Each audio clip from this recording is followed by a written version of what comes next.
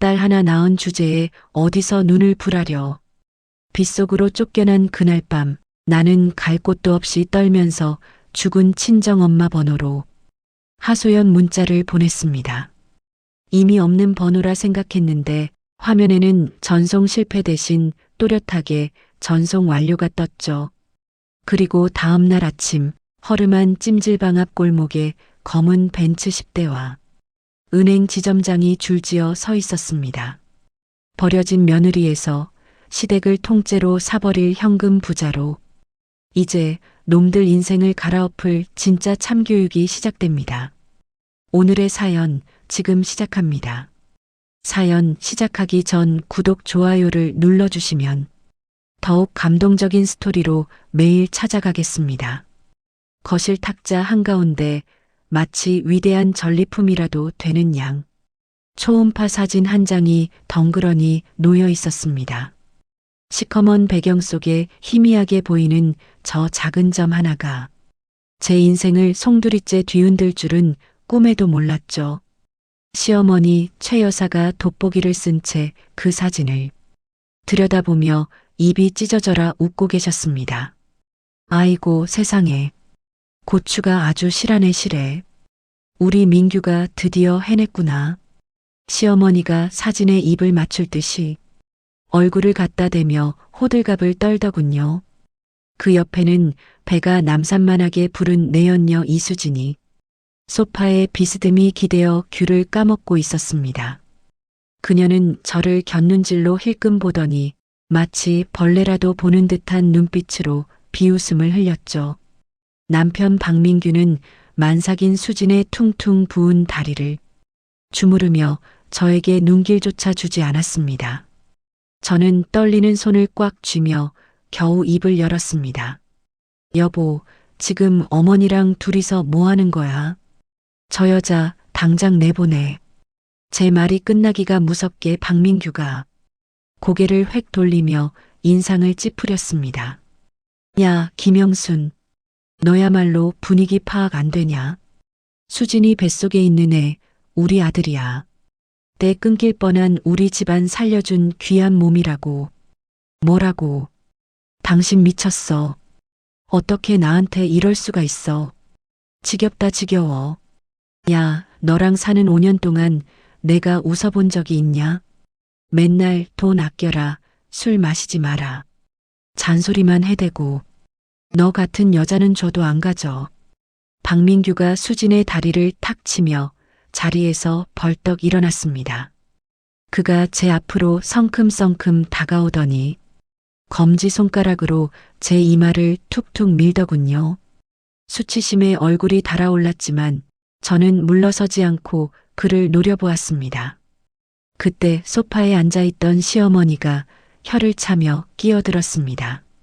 옛기 남편한테 눈을 그렇게 뜨면 못 써. 칠거지약이라고 들어는 봤냐? 아들도 못 낳는 주제에 어디서 큰 소리야. 당장 내 집에서 나가거라. 어머니의 입에서 나온 말이라고는 믿기지 않는. 독설에 저는 말문이 막혔습니다. 5년입니다. 제가 이 집에 시집와서 파출부처럼 일하고 시어머니 병수발까지 다 들었던 시간이 무려 5년이었죠. 그런 저에게 고작 돌아온다는 말이 핏줄 타령이라니 기가 막혀서 헛웃음이 나오더군요. 이수진이 입에 귤을 넣으며 얄밉게 거들었습니다. 언니 들으셨죠? 어머님 말씀 틀린 거 하나 없잖아요. 저 이제 곧 출산인데 언니가 여기 있으면 태교에 안 좋아요. 짐 싸는 소리 시끄러우니까 조용히 좀 나가주세요. 너 입 안 다물어. 남의 가정 파탄낸 주제에 어디서 훈계질이야. 제가 소리치며 수진에게 다가가려 하자 박민규가 제 어깨를 거칠게 밀쳤습니다. 저는 중심을 잃고 거실 바닥에 엉덩방아를 찍고 말았습니다. 바닥이 울릴 정도로 세게 넘어져 꼬리뼈가 욱신거렸지만 육체적인 고통보다 마음에 박힌 상처가 더 쓰라렸습니다. 이게 어디서 임산부한테 행패야. 너 위자료 한 푼도 못 줄 줄 알아. 몸만 나가. 당장.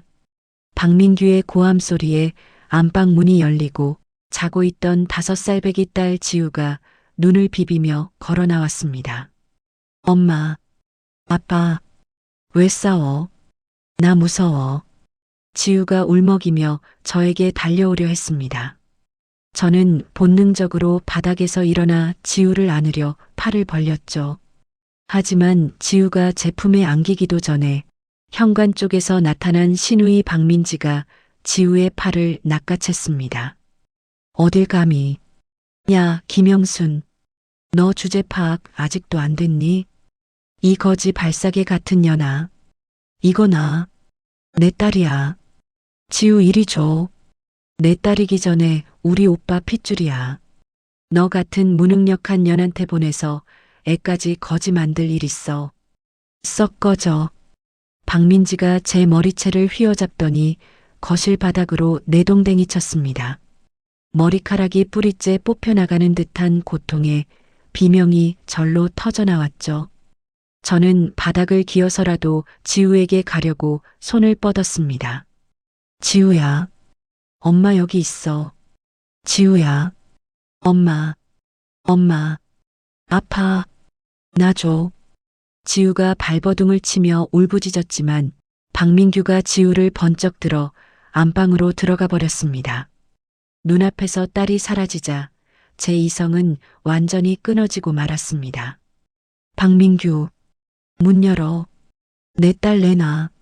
너희들 다 죽여버릴 거야. 제가 악을 쓰며 닫힌 방문을 두드리려 하자 시어머니가 제 등짝을 발로 걷어찼습니다. 어디서 악담을 퍼부어. 재수없게. 예, 민지야. 제 짐가방 현관으로 던져버려라. 알았어, 엄마. 아휴, 이 냄새 나는 것들 좀 봐. 박민지가 안방에서 제가 쓰던 낡은 여행 가방 하나를 질질 끌고 나오더니 현관 밖으로 휙 던져버렸습니다. 가방이 계단으로 구르는 소리가 쿵쿵하고 울리더군요. 이어 박민지와 시어머니가 제 양팔을 붙잡고 현관 쪽으로 질질 끌고 갔습니다. 저는 바닥에 발을 딛고 버티려 했지만 두 사람의 힘을 당해낼 수가 없었습니다. 입고 있던 카디건이 찢어지고 맨발이 거친 타일 바닥에 쓸려 살같이 벗겨졌습니다. 이거 나. 못 나가. 절대 못 나가. 지우 데려갈 거야. 시끄러워. 꼴 보기 싫으니까 썩 꺼져. 시어머니가 제 등을 떠미는 바람에 저는 현관 밖 차가운 복도 바닥에 처박히고 말았습니다. 얼음장 같은 복도 바닥의 냉기가 뺨에 닿자 그제야 현실이 피부로 느껴지더군요.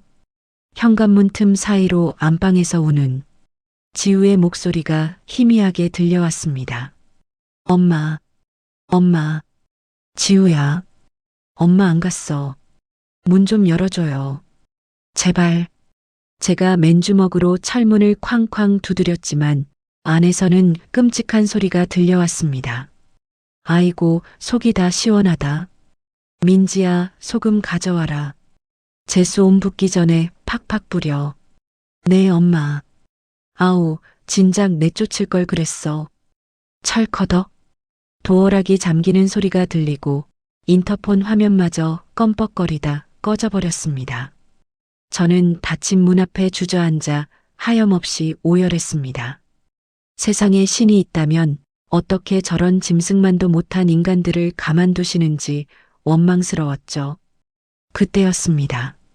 아파트 복도 창문 밖으로 번쩍하고 천둥 번개가 치더니 억수 같은 비가 쏟아지기 시작했습니다. 마치 하늘도 제 처지를 비웃는 것만 같았습니다.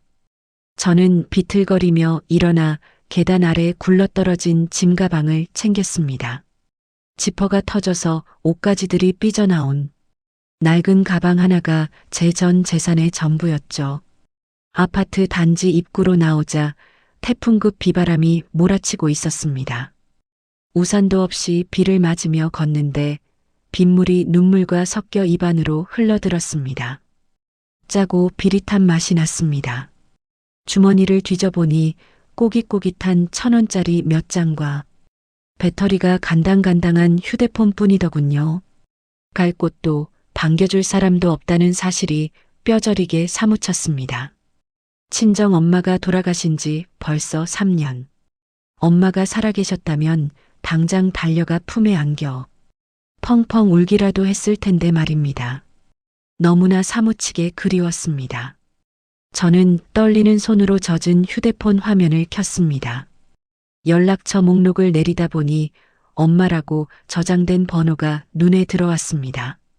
지금은 없는 번호라는 걸 알면서도 저는 홀린 듯이 문자창을 열었습니다. 이건 어쩌면 살려달라는 제 마지막 발악이었을지도 모릅니다. 손가락이 빗물에 미끄러져 오타가 났지만 고칠 힘도 없었습니다. 엄마, 나 우리 지우 뺏겼어. 나 너무 힘들고 무서워. 제발 나 좀 도와줘. 전송 버튼을 누르자 화면 중앙에서 동그라미가 빙글빙글 돌았습니다. 당연히 전송 실패가 뜰 거라고 생각했죠. 그런데 말입니다. 잠시 후 화면에 전송 완료라는 작은 글씨가 선명하게 뜨는 게 아니겠어요. 저는 빗속에 멈춰서서 멍하니 휴대폰을 내려다보았습니다. 잘못 본 게 아닌가 싶어 눈을 비비고 다시 봐도 분명 전송 완료였습니다. 말도 안 돼. 엄마 번호 이미 해지된 지 오랜데. 가슴 한구석이 서늘해지면서도 한편으로는 묘한 위로가 느껴졌습니다. 마치 하늘에 계신 엄마가 내 문자를 받은 것 같은 착각이 들었으니까요. 저는 휴대폰을 가슴에 품고 다시 걷기 시작했습니다. 지우를 되찾으려면 어떻게든 살아야 했습니다. 한참을 걷다 보니 낡은 상가 건물 2층에 24시 불가마 찜질방이라는 간판이 보였습니다. 저는 젖은 생쥐꼴을 하고 카운터로 가서 꼬깃꼬깃한 돈을 내밀었습니다. 1명, 2요. 카운터 아주머니가 저를 위아래로 훑어보더니 혀를 차며 찜질복과 수건을 던져주더군요. 쯧쯧. 젊은 사람이 어쩌다 이 꼴이 됐어. 들어가서 씻고 좀 자요. 따뜻한 물이 몸에 닿자 긴장이 풀리면서 참았던 눈물이 다시 쏟아졌습니다. 샤워기 물소리에 묻혀 소리내어 울었죠. 사람들이 없는 구석진 토굴방에 들어가 웅크리고 누웠지만 잠이 올 리가 없었습니다.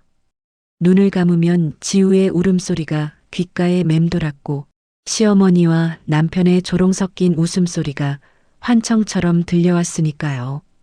저는 입술을 깨물며 다짐하고 또 다짐했습니다. 지우야, 조금만 기다려. 엄마가 반드시 데리러 갈게. 그리고 너희들 내 눈에 피눈물 흘리게 한 대가 반드시 치르게 해줄 거야. 그렇게 악에 바친 다짐을 되뇌다 저도 모르게 까무룩 잠이 들었던 모양입니다. 얼마나 잤을까 밖에서 웅성거리는 소리에 눈이 번쩍 뜨였습니다. 손님, 저기요. 손님, 일어나 보세요. 누군가 제 어깨를 다급하게 흔들고 있었습니다. 눈을 떠보니 찜질방 사장이 사색이 된 얼굴로 저를 내려다보고 있더군요. 저는 화들짝 놀라 몸을 일으키며 물었습니다. 네, 왜 그러세요? 저 여기서 자면 안 되나요? 돈이 모자라서 쫓아내려는 건가 싶어 덜컥 겁부터 났습니다. 그런데 사장의 입에서 전혀 예상치 못한 말이 튀어나왔습니다. 아니, 그게 아니라요. 지금 밖에 난리가 났습니다. 손님을 찾아오신 분들이 계신데 보통 분들이 아닌 것 같습니다. 저를요? 저를 찾아올 사람이 없는데요. 아무튼 빨리 좀 나가보세요. 아주 귀한 분들 같던데 혹시 재벌집 따님이셨어요? 사장의 목소리가 가늘게 떨리고 있었습니다. 도대체 무슨 영문인지 알 수 없었지만 뭔가 심상치 않은 일이 벌어지고 있다는 직감이 들었죠. 저는 헝클어진 머리를 대충 쓸어넘기고 찜질방 입구 쪽으로 향했습니다. 유리문 너머로 보이는 바깥 풍경은 제가 알던 그 낡은 골목이 아니었습니다. 찜질방 유리문을 밀고 나오는 순간 저는 제 눈을 의심할 수밖에 없었습니다. 어제까지만 해도 쥐새끼 한 마리 지나가지 않을 것 같던 그 좁고 지저분한 골목이 마치 영화 촬영장처럼 변해 있었거든요. 칠흑같이 어두운 검은색 최고급 세단 세대가 좁은 골목을 꽉 채우고 있었고 그 주위에는 드라마에서나 보던 건장한 경호원들이 병풍처럼 서 있었습니다. 동네 사람들이 웅성거리며 구경하고 있었지만 경호원들의 위압적인 분위기에 눌려 누구 하나 가까이 다가가지 못하고 있었죠. 제가 쭈뼛거리며 계단을 내려가자 중앙에 주차된 리무진 앞문이 열리더니 중후한 인상의 신사가 내렸습니다. 희끗희끗한 머리에 딱 떨어지는 맞춤 정장, 그리고 안경 너머로 보이는 날카로지만 온화한 눈빛. 그는 저를 보자마자 성큼성큼 다가와 허리를 90도로 깊숙이 숙였습니다. 안녕하십니까? 김영순 사모님 되십니까? 저는 뒷걸음질을 치며 가슴을 움켜쥐었습니다. 혹시 시댁 식구들이 사람을 풀어 저를 잡으러 온 건 아닌지, 아니면 남편이 제 명의로 빚이라도 져서 사채업자들이 온 건 아닌지 덜컥 겁이 났으니까요. 저는 떨리는 목소리로 물었습니다. 누구세요? 사람 잘못 보셨어요. 저 돈 없어요. 그러자 신사가 온화한 미소를 지으며 품 안에서 명함을 꺼내 두 손으로 공손히 건넸습니다. 명함에는 금박으로 대한은행 본점 지점장 김석훈이라는 이름이 선명하게 박혀 있었습니다. 놀라게 해드려 죄송합니다. 저는 김석훈이라고 합니다. 고인이 되신 사모님의 어머님 박정자 여사님의 유언 집행인 자격으로 모시러 왔습니다. 엄마요? 엄마가 유언 집행인을 뒀다고요? 도무지 믿기지 않는 말에 제 눈이 동그라미처럼 커졌습니다. 평생 남의 집 파출부로 일하며 허리 한번 제대로 펴보지 못하고 돌아가신 우리 엄마가 은행 지점장과 무슨 관련이 있다는 건지 이해가 되지 않았죠. 김 지점장이 정중하게 차 문을 열며 말했습니다. 이곳은 이야기 나누기에 적절치 않습니다. 일단 타시죠. 이동하면서 전부 설명해 드리겠습니다. 얼떨떨한 기분으로 리무진 뒷좌석에 오르자 푹신한 가죽 시트가 제 몸을 감쌌습니다. 차 안에서는 은은한 클래식 음악이 흐르고 있었고 공기마저 달콤하게 느껴졌습니다. 차가 부드럽게 출발하자 김 지점장이 조심스럽게 입을 열었습니다. 어제 새벽 어머님 번호로 문자를 보내셨죠? 네. 너무 힘들어서 그냥 하소연이라도 하고 싶어서요. 그 문자가 트리거였습니다. 어머님께서는 생전에 저에게 신신당부하셨습니다. 딸이 행복하게 잘 살면 영원히 비밀로 묻어두고 만약 딸이 절망에 빠져 나를 찾는 순간이 오면 그때 모든 것을 공개해 달라고요. 저는 심장이 쿵쿵 뛰기 시작했습니다. 엄마는 대체 무엇을 숨기고 계셨던 걸까요? 김 지점장의 이야기는 충격 그 자체였습니다. 엄마는 젊은 시절부터 파출부 일을 하며 알게 된 부유층들의 부동산 정보를 귀동냥으로 들으셨다고 합니다. 그리고 먹을 거 안 먹고 입을 거 안 입으며 모은 돈으로 개발되기 전에 강남과 판교 일대의 자투리 땅들을 헐값에 사 모으셨던 거죠. 그 땅들이 신도시 개발 구역으로 지정되면서 엄마는 상상조차 할 수 없는 보상금을 받게 된 숨겨진 거부가 되셨던 겁니다. 그런데 왜 저한테 한마디도 안 하셨어요? 그렇게 고생만 하시다 가셨는데. 제 물음에 김 지점장이 안경을 고쳤으며 대답했습니다. 어머님께서는 사모님 시댁 식구들의 인성을 꿰뚫어보고 계셨습니다. 만약 사모님이 돈이 있다는 걸 알면 그들은 사모님을 돈 나오는 기계 취급하며 뼈까지 발라 먹으려 들 거라고요. 그래서 사모님이 완전히 홀로 서기를 할 때까지 혹은 그들에게서 버림받았을 때 이 힘을 실어주고 싶어 하셨습니다. 눈물이 핑 돌았습니다.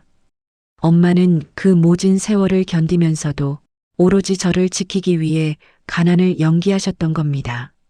시어머니가 거지 같은 집구석이라며 엄마를 모욕할 때도 엄마가 묵묵히 고개를 숙였던 이유가 바로 저 때문이었다니 가슴이 미어지는 것 같았습니다. 차가 멈춘 곳은 서울 중심가의 우뚝 솟은 은행 본점 건물이었습니다. 직원들의 인사를 받으며 전용 엘리베이터를 타고 지하 깊숙한 곳으로 내려갔습니다. 영화에서나 보던 두꺼운 철문 앞에 서자 김지점장이 홍채 인식과 지문 인식을 거쳐 육중한 금고 문을 열었습니다. 치익하는 공기 빠지는 소리와 함께 문이 열리는 순간 저는 다리에 힘이 풀려 주저앉을 뻔했습니다. 이게 다 엄마 돈이라고요? 금고 안에는 5만 원권 현금 다발이 벽면을 가득 채우고 있었고 한쪽에는 무기명 채권과 누렇게 바랜 땅 문서들이 산더미처럼 쌓여 있었습니다. 그 양이 얼마나 방대한지 현실감이 없어 마치 종이 쪼가리처럼 보일 지경이었죠.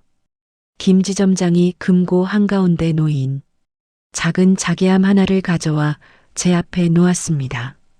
이건 어머님께서 사모님께 남기신 편지와 유품입니다. 떨리는 손으로 함을 열자 엄마가 평소 끼시던 옥반지와 삐뚤빼뚤한 글씨로 쓴 편지 한 통이 들어 있었습니다. 저는 편지를 집어들어 읽기 시작했습니다. 사랑하는 내 딸 영순아, 네가 이 편지를 읽고 있다면 아마 많이 힘들고 아픈 상황이겠구나. 엄마가 미안해. 돈이 많다는 걸 미리 알려주면 네가 남편이나 시댁 눈치 보느라 그 돈 다 뺏길까봐 겁이 났어. 그 사람들은 하이에나 같은 인간들이라 네가 약해지면 득달같이 달려들 거야. 이제는 아무 눈치 보지 말고 살아. 이 돈 다 내 거야. 기죽지 마. 누가 뭐래도 넌 내 보물이고 세상에서 제일 귀한 사람이야. 우리 지우 꼭 찾아와야지. 엄마가 하늘에서 지켜줄게. 사랑한다, 내 딸. 흐흑. 엄마. 엄마. 저는 편지를 가슴에 껴안고 바닥에 주저앉아 통곡했습니다. 엄마의 거친 손길이 따뜻했던 품이 사무치게 그리웠습니다. 바보같이 착해 빠져서 당하기만 했던 딸을 위해 엄마는 죽어서도 이렇게 방패막이가 되어주신 겁니다. 한참을 울고 나니 속에서 뜨거운 무언가가 치밀어 올랐습니다. 그것은 슬픔이 아니라 분노였고 동시에 살아남아야 한다는 강렬한 의지였습니다. 저는 눈물을 닦고 자리에서 일어났습니다. 그리고 함에 들어있던 옥반지를 꺼내 제 왼손 약지에 끼웠습니다. 반지는 마치 처음부터 제 것이었던 것처럼 딱 맞았습니다. 제가 김지점장을 바라보며 단호한 목소리로 물었습니다. 지점장님, 제가 지금 당장 쓸 수 있는 자산이 얼마나 되나요? 김지점장이 확신에 찬 눈빛으로 저를 바라보며 대답했습니다. 정확한 액수는 정산을 해봐야겠지만 지금 당장 이 은행을 인수하고도 남을 천문학적인 금액입니다. 사모님은 대한민국에서 손꼽히는 현금 부자이십니다. 좋아요. 그럼 부탁 하나만 드릴게요. 무엇이든 말씀하십시오. 저는 이제 사모님의 충실한 집사입니다. 저는 금고 안에 쌓인 돈다발을 바라보며 어제 저를 벌레 보듯 했던 박민규와 시어머니의 얼굴을 떠올렸습니다. 그들이 돈 때문에 저를 버렸다면 저는 그 돈으로 그들을 짓밟아줄 생각이었습니다. 아주 철저하고 잔인하게 말이죠. 우선 제가 머물 최고급 호텔 스위트룸을 잡아주세요. 그리고 국내에서 제일 유능하고 독한 변호사팀이랑 경호팀도 당장 꾸려주세요. 알겠습니다. 로펌 쪽은 이혼 소송 승률 100%를 자랑하는 법무법인 태산의 강 변호사를 추천해 드립니다. 아주 악랄하기로 소문난 분이죠. 악랄하다니 마음에 드네요. 바로 연락해 주세요. 그리고 제 옷이랑 스타일도 싹 다 바꿔야겠어요. 백화점 VIP 룸도 예약해 주시고요. 네, 사모님. 지금 즉시 처리하겠습니다. 김지점장이 어딘가로 전화를 거는 동안 저는 거울 속에 비친 제 모습을 바라보았습니다. 부스스한 머리에 찜질방에서 빌려 입은 낡은 옷을 입은 초라한 여자가 서 있었습니다. 하지만 그 여자의 눈빛만은 더 이상 예전의 순에 빠진 김영순이 아니었습니다. 복수심으로 이글거리는 도끼를 품은 맹수의 눈빛이었죠. 저는 거울 속의 저에게 나지막이 속삭였습니다. 기다려, 박민규, 이수진, 그리고 최 여사. 당신들이 좋아 죽는 그 돈으로 지옥이 뭔지 똑똑히 보여줄 테니까. 은행 밖으로 나오자 아침 햇살이 눈부시게 쏟아졌습니다. 어제 내리던 비는 흔적도 없이 사라지고 하늘은 얄미울 정도로 맑았습니다. 수행원이 열어주는 차 문으로 들어가며 저는 휴대폰을 꺼내 지우의 사진을 어루만졌습니다. 지우의 해맑은 웃음이 제 가슴을 콕콕 찔렀습니다. 지우야, 엄마가 금방 갈게. 조금만 참아.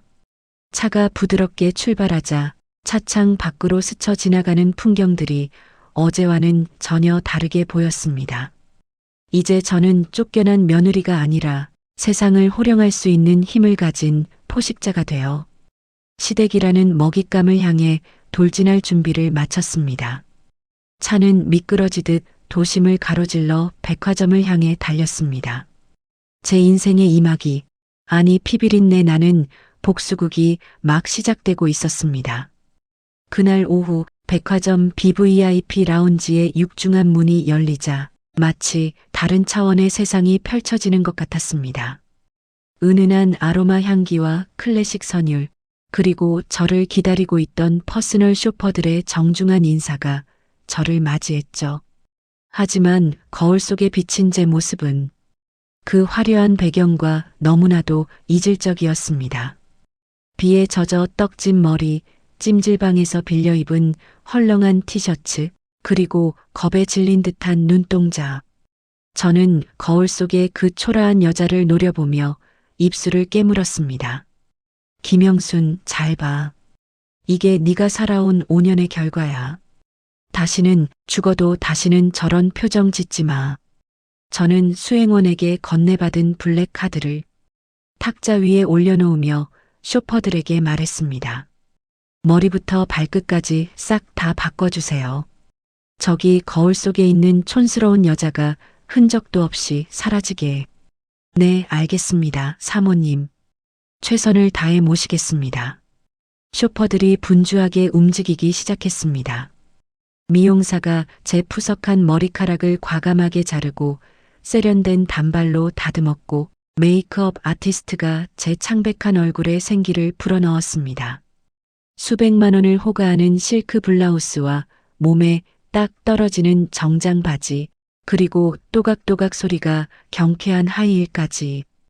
탈의실 커튼을 젖히고 나왔을 때 거울 속에는 더 이상 남편에게 무시당하던 주부 김영수는 없었습니다. 차가운 도시의 여왕, 아니 누군가의 목숨줄을 쥐고 흔들 수 있는 포식자가 서 있을 뿐이었죠. 저는 입고 왔던 찜질방 옷과 낡은 속옷들을 가리키며 차갑게 지시했습니다. 저것들은 당장 갖다 버려요. 태워버리면 더 좋고요. 꼴도 보기 싫으니까. 네, 바로 처분하겠습니다. 백화점을 나서는 제 발걸음에는 망설임이 없었습니다. 곧바로 향한 곳은 강남 테헤란로의 마천루, 그 중에서도 가장 높은 층에 위치한 법무법인 태산이었습니다. 이혼 소송 승률 100%, 돈만 주면. 악마도 변호해준다는 강력 변호사를 만나기 위해서였죠. 비서의 안내를 받아 들어간 대표 변호사 사무실은 마치 냉동 창고처럼 서늘했습니다. 검은 가죽 소파에 앉아 서류를 넘기던 강 변호사가 저를 보며 안경을 추어 올렸습니다. 그의 눈빛은 마치 먹잇감을 탐색하는 뱀처럼 날카로웠습니다. 어서 오십시오. 김 지점장님께 이야기는 들었습니다. 아주 흥미로운 사건이라더군요. 흥미라. 남의 불행이 당신에게는 그저 흥미거리인가요? 제가 쏘아붙이자 강 변호사가 피식 웃으며 자리에서 일어났습니다. 불행은 돈이 안 되지만 분노는 돈이 되니까요. 앉으시죠. 저는 자리에 앉자마자 가방에서 백지수표 한 장과 위임장을 꺼내 탁자 위에 미끄러뜨렸습니다. 강 변호사의 시선이 수표에 꽂히는 걸 놓치지 않았죠. 돈은 원하는 만큼 적으세요. 대신 조건이 있어요. 조건이라 합의입니까? 아니면 적당한 위자료? 아니요. 철저한 파멸. 제 입에서 나온 단어에 강 변호사의 눈썹이 꿈틀거렸습니다. 저는 그를 똑바로 응시하며 한 글자 한 글자 힘주어 말했습니다. 내 남편, 시어머니, 그리고 그 내연녀까지 사회적으로, 경제적으로 완전히 매장해 주세요. 다시는 재기할 수 없도록 짓밟아버리고 싶어요. 그리고 내 딸 지우, 양육권은 무조건 제가 가져옵니다. 강 변호사가 소리내어 웃음을 터뜨렸습니다. 그는 마치 마음에 드는 장난감을 발견한 아이처럼 눈을 반짝였죠. 아, 이거 마음에 드는데요. 적당히가 아니라 확실하게라. 좋습니다. 의뢰인님의 그 분노, 제가 법이라는 칼로 아주 예리하게 다듬어드리죠. 그는 즉시 인터폰을 눌러 어딘가로 지시를 내렸습니다. 지금 당장 박민규, 최말자, 이수진 세 사람 신상 털어. 금융거래 내역, 부동산, 통화 기록, 사돈의 팔촌까지 싹 다 뒤져서 1시간 내로 가져와. 그의 신속한 일 처리에 믿음이 가더군요. 우리는 차를 마시며 앞으로의 계획을 논의했고 정확히 40분 뒤 두께가 상당한 보고서 파일이 도착했습니다. 강 변호사가 파일을 훑어보더니 기가 막히다는 듯 헛웃음을 흘리며 저에게 건넸습니다. 사모님, 이거 보십시오. 파멸시킬 것도 없겠는데요? 이미 시체나 다름없습니다. 그게 무슨 소리죠? 시어머니가 산다는 그 으리으리한 아파트 말입니다. 그거 자가 아니에요. 깡통 전세입니다. 네, 전세요? 분명 시어머니 명의로 샀다고 자랑했는데요. 등기부 등본 확인해 보세요. 집주인은 따로 있고 시어머니는 전세 보증금에다가 이금융권 대출까지 끼고 들어간 겁니다. 쉽게 말해 빚잔치 중이라는 거죠. 그나마 있는 보증금도 가압류 걸리면 한 푼도 못 건질 상황입니다. 저는 망치로 뒤통수를 얻어맞은 기분이었습니다. 5년 동안 내 집이다, 내 명의다 하며 저를 하녀 부리듯 했던 그 위세가 전부 거짓말이었다니. 파일을 넘길수록 더 추악한 진실들이 쏟아져 나왔습니다. 여기 남편 박민규 씨 내역도 가관입니다. 도박 빚이 3억이 넘어요. 최근에도 강원랜드 출입 기록이 수두룩하고요. 사모님 몰래 제2금융권 대출 알아보려다 신용불량이라 거절당한 기록도 있네요. 도박? 빚이 3억. 손이 부들부들 떨렸습니다. 월급이 적어서 생활비 못 준다고 징징대던 게 다 도박 때문이었던 겁니다. 제가 아등바등 모은 적금 깨서 줬던 돈들도 다 저 구렁텅이로 들어갔을 걸 생각하니 치가 떨렸습니다. 게다가 더 재미있는 건 이겁니다. 시어머니가 며느리인 사모님 명의로 사망보험을 여러 개 들어놓으려 했더군요. 수익자는 본인으로 해서요. 이게 무슨 뜻인지 아시겠습니까? 설마 저를 죽이기야 했겠습니까마는 그만큼 사모님을 돈줄로만 봤다는 거죠. 그런데 내연녀가 임신해서 아들 낳아준다니까 보험금이고 뭐고 눈이 뒤집혀서 쫓아낸 겁니다. 멍청하게도 황금알을 낳는 거위배를 스스로 가른 꼴이죠. 강 변호사의 설명에 저는 헛구역질이 올라올 뻔했습니다. 그들은 사람이 아니었습니다. 가족이라는 가면을 쓴 악귀들이었죠. 분노를 넘어선 혐오감이 제 온몸을 휘감았습니다. 강 변호사님, 저것들 그냥 두면 안 되겠어요. 내 손으로 숨통을 끊어놔야겠어요. 좋은 생각이 있습니다. 지금 이 아파트 건물 말입니다. 건물주가 급하게 내놓은 매물입니다. 사업 자금이 막혀서 시세보다 20%나 싸게 나왔더군요. 강 변호사가 태블릿 PC로 건물 매매 정보를 보여주었습니다. 그들이 살고 있는 바로 그 아파트 동 전체가 통매물로 나와 있었습니다. 순간 제 머릿속에 번뜩이는 아이디어가 스쳐 지나갔습니다. 저는 지체 없이 휴대폰을 꺼내 김석훈 지점장에게 전화를 걸었습니다. 네, 사모님. 불편하신 점이라도 있으십니까? 지점장님, 지금 당장 사야 할 게 있어요. 말씀만 하십시오. 무엇이든 준비하겠습니다. 지금 강 변호사님이 보내드리는 주소의 건물 통째로 매입할게요. 계약금 필요 없고 잔금까지 오늘 안에 일시불로 쏘세요. 전화기 너머에서 김 지점장의 침착하지만 놀란 듯한 목소리가 들려왔습니다. 건물 전체를 일시불로 말입니까? 알겠습니다. 지금 즉시 처리하겠습니다. 명의는 어떻게 하시겠습니까? 제 이름 김영순. 똑똑히 박아주세요. 그리고 조건이 하나 있어요. 말씀하십시오. 기존 세입자들, 특히 501호에 사는 인간들에게는 절대 네버 주인이 바뀌었다는 사실을 알리지 마세요. 제가 직접 가서 서프라이즈 파티를 해줄 거니까요. 후후, 알겠습니다. 사모님의 뜻대로 완벽하게 처리하겠습니다.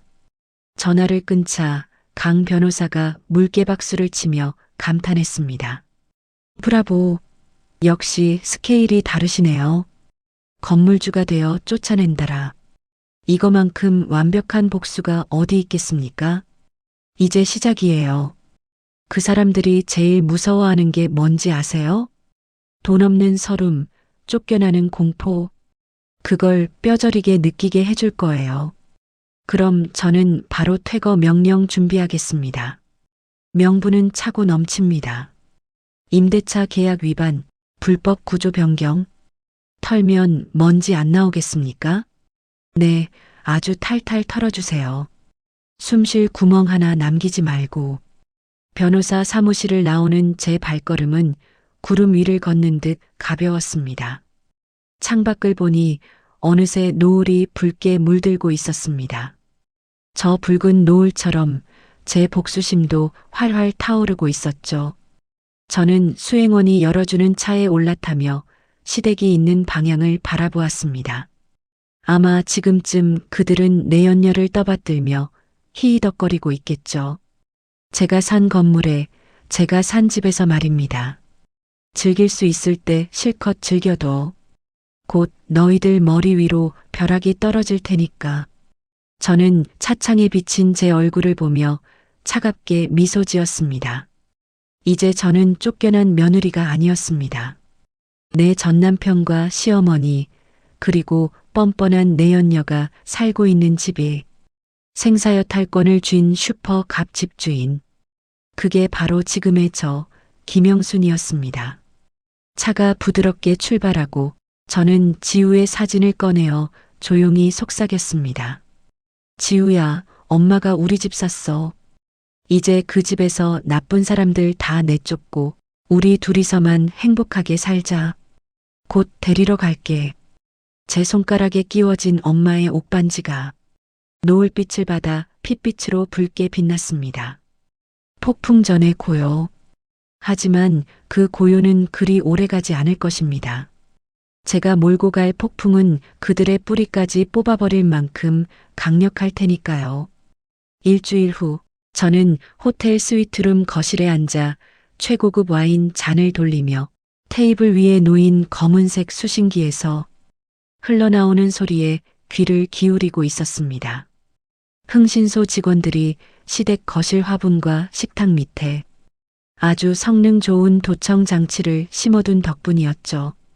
스피커 너머로 지글지글 고기 굽는 소리와 함께 역겨운 웃음소리들이 터져 나왔습니다. 아이고, 우리 며느리 많이 먹어라. 뱃속에 있는 장손이 배고프겠다. 한우 2플러스로 사왔으니까 입에서 살살 녹을 게다. 최말자가 호들갑을 떨며 고기를 굽는 소리가 들렸습니다. 제가 임신했을 때는 입덧한다고 유세 떠냐 멸치 국물에 밥이나 말아 먹어라 하던 사람이었습니다. 이수진이 쩝쩝거리며 먹는 소리가 적나라하게 들려와 속이 메스꺼웠습니다. 어머님, 저 파김치 좀 더 주세요. 아, 그리고 오빠.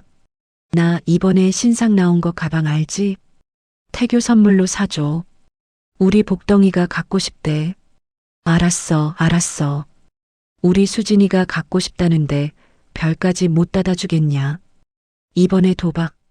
아니, 투자한 거 터지면 바로 사줄게. 박민규의 비굴한 목소리에 헛웃음이 터졌습니다. 투자 좋아하시네. 강원랜드에서 날린 돈이 얼마인데 아직도 정신을 못 차리고 저러고 있는지 한심하기 짝이 없었죠. 그때 박민지의 앙칼진 목소리가 끼어들었습니다. 오빠, 근데 그 거지 같은 년은 진짜 연락 없어? 위자료 청구 소송이라도 걸면 어떡해? 야, 신경 끄라니까. 걔가 무슨 돈으로 변호사를 사냐? 지금쯤 서울역 지하도에서 신문지 덮고 자고 있을걸? 아니면 쪽팔려서 어디 가서 죽어버렸거나. 박민규가 낄낄거리며 제 죽음을 농담거리로 삼았습니다. 순간 와인 잔을 쥔 손에 힘이 들어가 유리가 쩍하고 금이 가버렸습니다. 손가락 사이로 붉은 와인이 핏물처럼 흘러내렸지만 저는 아픔조차 느낄 수 없었습니다. 오히려 차분하게 가라앉은 분노가 머릿속을 맑게 만들었죠. 저는 손수건으로 손을 닦으며 옆에 서 있던 강 변호사에게 눈짓을 보냈습니다. 변호사님, 지금입니다. 보내세요. 알겠습니다. 타이밍 한번 기가 막히네요. 지금 막 퀵서비스 기사가 도착했다고 합니다. 강 변호사가 휴대폰으로 신호를 보내자 도청기 너머로 초인종 소리가 딩동하고 울려 퍼졌습니다. 누구세요? 이 시간에 올 사람이 없는데. 최말자의 투덜거리는 소리와 함께 슬리퍼 끄는 소리가 들렸습니다. 택배 왔나 보다. 내가 나갈게. 박민규가 현관으로 걸어가는 소리, 도어락이 열리는 소리, 그리고 낯선 남자의 목소리가 들려왔습니다. 박민규 씨, 그리고 세대주 최말자 씨 맞습니까? 법원에서 왔습니다. 내용 증명입니다. 네, 법원이라니요? 이게 뭔데요? 부스럭거리며 봉투를 뜯는 소리가 나더니 잠시 후 거실이 떠나갈 듯한 박민규의 비명소리가 터져나왔습니다. 뭐야? 퇴거 통보서? 임대차 계약 해지? 그게 무슨 소리냐? 민규야, 똑바로 읽어봐라. 누가 나가라는 거야? 최말자가 악을 쓰며 달려드는 소리가 들렸습니다. 저는 스피커 볼륨을 조금 더 높이며 소파 깊숙이 몸을 파묻었습니다. 지금부터가 진짜 쇼타임이었으니까요. 엄마. 집주인이 바뀌었대. 건물이 팔렸는데 새 주인이 우리가 계약 위반을 했다면서 당장 나가래. 일주일 안에 안 비우면 강제 집행 들어온대. 아니, 이게 무슨 마른 하늘의 날벼락이야. 전 주인이랑 재계약하기로 구두로 다 합의했잖아. 어떤 놈이 주인이길래 이따위 행패를 부려. 몰라, 법인 명의로 되어 있어. JS 홀딩스? 이거 어디서 들어본 것 같은데. 박민규가 다급하게 어딘가로 전화를 거는 소리가 들렸습니다. 아마 단골 부동산 중개인에게 전화를 거는 거겠죠. 물론 그 중개인 이미 제가 손을 써둔 상태였습니다. 여보세요. 김 사장님, 이게 어떻게 된 일입니까? 집주인이 바뀌다니요. 우리 전세 연장하기로 했잖아요. 스피커폰으로 들려오는 중개인의 목소리는 냉정하기 그지없었습니다. 아이고, 박 선생님. 저도 죽겠습니다. 전 주인이 급전이 필요해서 건물을 통매각해버렸어요. 새 건물주가 워낙 깐깐한 법인이라 전세는 절대 안 놓고 월세로 돌리거나 사옥으로 쓴다고 하네요. 방법이 없습니다. 법적으로도 대항력이 없어서 비워주셔야 해요. 아니, 그래도 당장 갈 데가 없는데 일주일이라니요. 사장님이 좀 말해봐요. 새 주인이 워낙 대단한 분이라 저도 말 못 붙여요. 그리고 박 선생님, 지난달 관리비랑 월세 전환금 밀리신 것 때문에 명분도 없어요. 괜히 버티다가 소송당하지 말고 빨리 다른 집 알아보세요. 끊습니다. 뚜뚜뚜. 전화가 끊어지는 소리와 함께 집안은 아수라장이 되었습니다. 아니, 오빠. 도대체 일을 어떻게 처리한 거야? 당장 짐 싸서 길바닥에 나앉으라는 거야? 박민지가 소리를 지르며 박민규를 몰아세웠습니다. 이수진도 가만히 있지 않았습니다. 자기야, 나 임신했잖아. 안정을 취해야 하는데 이사라니? 그것도 일주일 안에? 나 스트레스 받아서 배 뭉치는 것 같아. 아, 배야. 수진아, 괜찮니? 아이고, 우리 손주 놀랐겠다. 민규 이놈아. 네가 도박한다고 돈만 안 날렸어도 대출이라도 받아서 집을 샀을 거 아니냐. 이게 다 내 놈 때문이다. 최말자가 박민규의 등짝을 때리는 소리가 찰싹찰싹 울렸습니다. 서로가 서로를 탓하며 헐뜯는 소리. 제가 그토록 듣고 싶었던 아름다운 불협화음이었습니다. 하지만 아직 끝이 아니었죠. 가장 중요한 돈 문제가 남아 있었으니까요. 아, 알았어. 일단 보증금이라도 빼서 근처 빌라라도 알아봐야 할 거 아니야. 엄마, 전 주인한테 전화해서 보증금 반환해달라고 해. 그래, 내 돈 3억? 그거라도 받아야지. 최말자가 떨리는 목소리로 전 주인을 찾았지만 당연히 연락이 닿을 리 없었습니다. 잠시 후 박민규가 다시 비명을 질렀습니다. 아니, 이게 뭐야? 등기부 등본에 가압류가 왜 걸려 있어? 가압류라니? 그게 무슨 소리냐? 엄마 보증금에 가압류가 걸려서 돈을 못 뺀대. 채권자가. 박민규가 말을 잇지 못하고 더듬거렸습니다. 제가 미리 강 변호사를 통해 박민규와 최말자의 빚을 헐값에 사들여 채권자로서 보증금을 묶어버렸거든요. 그들은 이제 빈털터리로 쫓겨나는 것 외에는 선택지가 없었습니다. 채권자가 누군데? 누가 내 돈을 묶어? 몰라. 유동화 전문 회사라는데. 엄마 몰래 쓴 사채 있어? 이 미친놈아. 내가 사채를 왜 써? 네가 내 명의로 뭐 사고 쳤지. 이 도둑놈아. 와장창. 무언가 깨지는 소리와 함께 집안은 난장판이 되었습니다. 이수진은 악을 쓰며 울부짖었고 박민지와 최말자는 서로 머리채를 잡을 기세로 싸워댔습니다. 저는 만족스러운 미소를 지으며 도청 장치의 전원을 껐습니다. 이제 충분했습니다. 그들의 밑바닥을 확인했으니 이제 제가 직접 등장해서 마침표를 찍을 차례였습니다. 강 변호사님, 준비는 다 됐죠? 물론입니다. 경찰과 용역업체, 그리고 만약의 사태를 대비해 구급차까지 대기시켜뒀습니다. 좋아요. 내일 오후 2시, 그들이 가장 절망에 빠져 있을 때 구세주가 아닌 저승사자로 찾아가겠어요. 저는 자리에서 일어나 창가로 다가갔습니다. 서울의 야경이 발 아래에서 화려하게 빛나고 있었습니다. 하지만 제 마음은 오직 한 사람, 지우에게 가 있었죠. 저는 휴대폰을 꺼내 유치원 원장님에게 전화를 걸었습니다. 신호가 몇 번 가기도 전에 원장님이 전화를 받았습니다. 네, 사모님. 기다리고 있었습니다.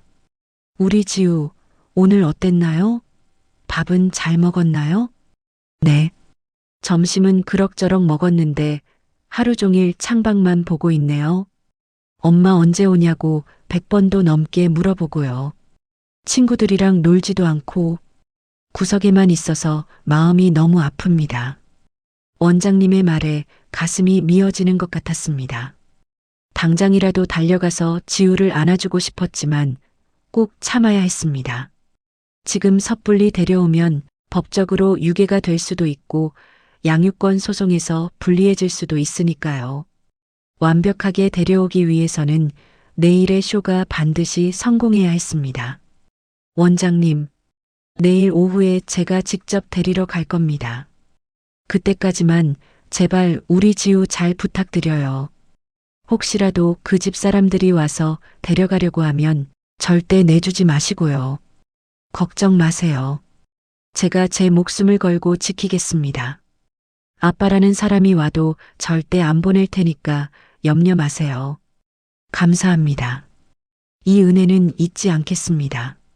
전화를 끊고 나니 눈시울이 뜨거워졌습니다.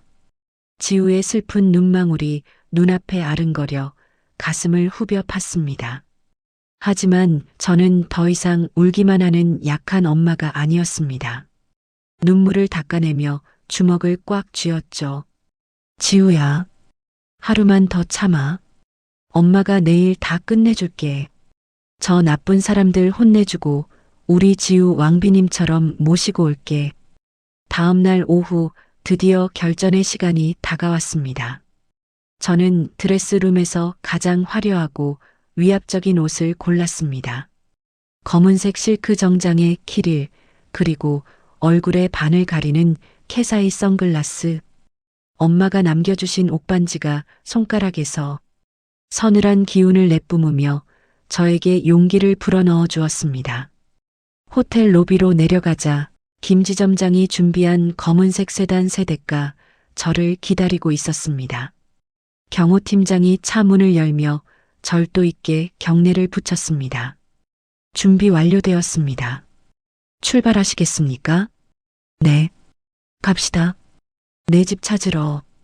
제가 리무진 뒷좌석에 앉자 육중한 차체가 부드럽게 움직이기 시작했습니다.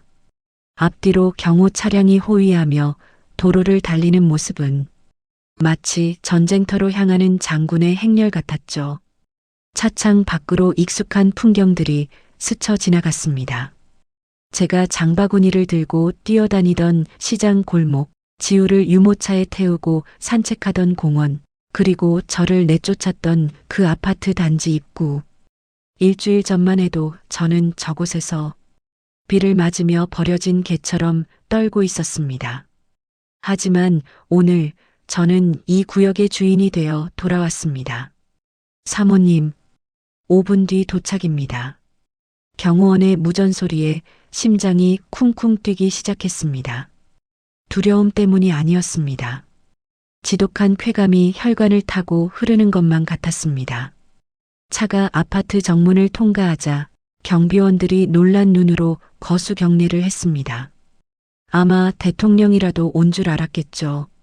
차는 지하 주차장으로 미끄러지듯 들어갔고 익숙한 501호 라인 엘리베이터 앞에 멈춰 섰습니다.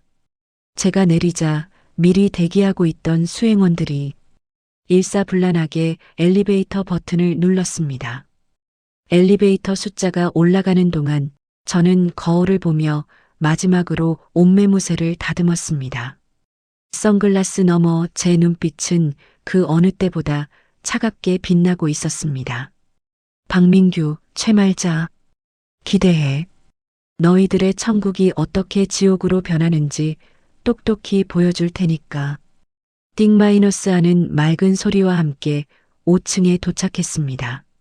문이 열리고 저는 뚜벅뚜벅 복도를 걸어 그 익숙한 현관문 앞에 섰습니다.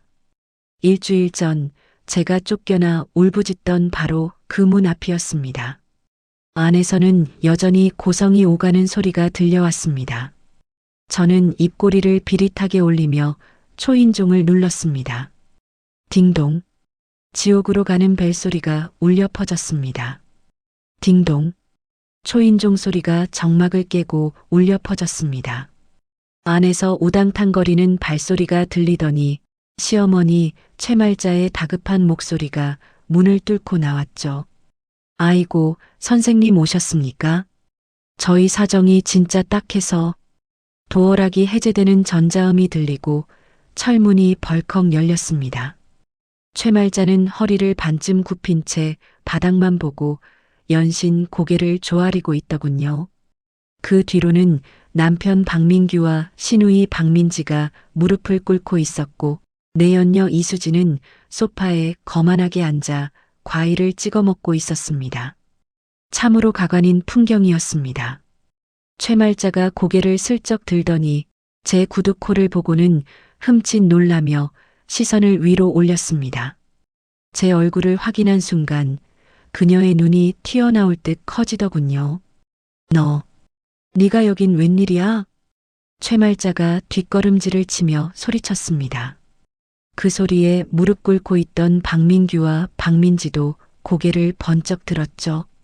저를 본 그들의 표정은 마치 귀신이라도 본 것처럼 하얗게 질려갔습니다.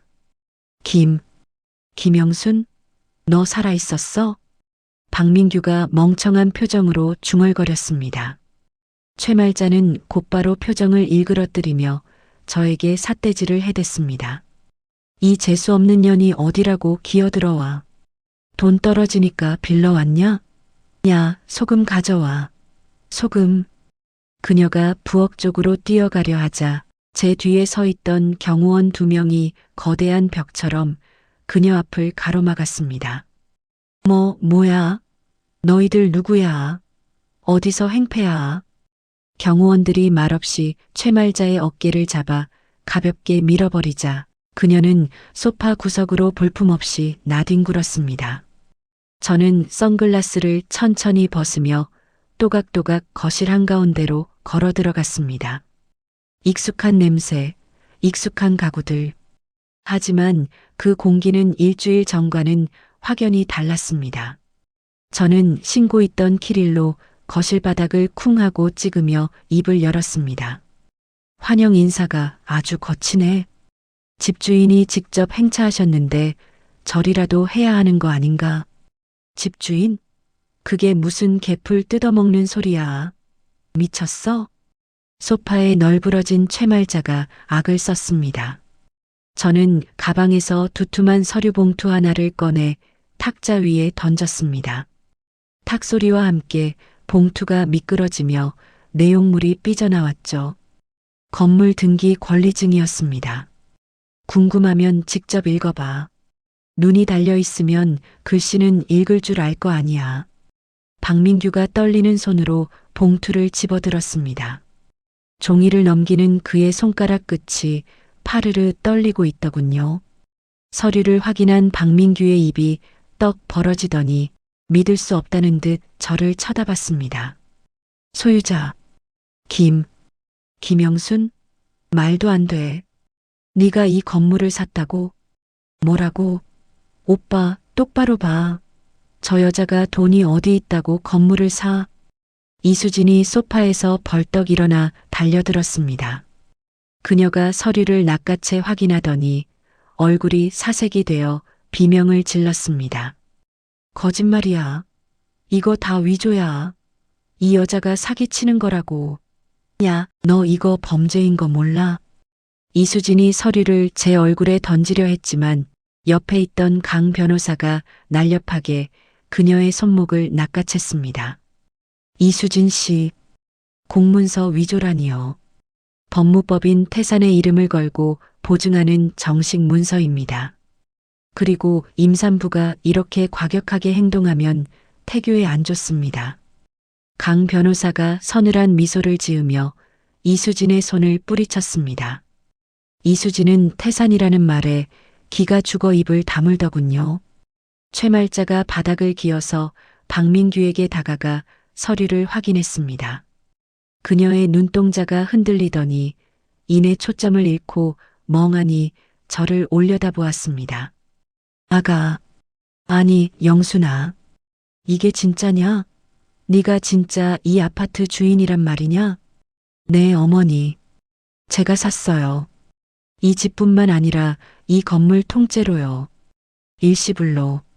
제가 차갑게 대답하자 최말자의 얼굴에 비굴한 웃음이 번지기 시작했습니다.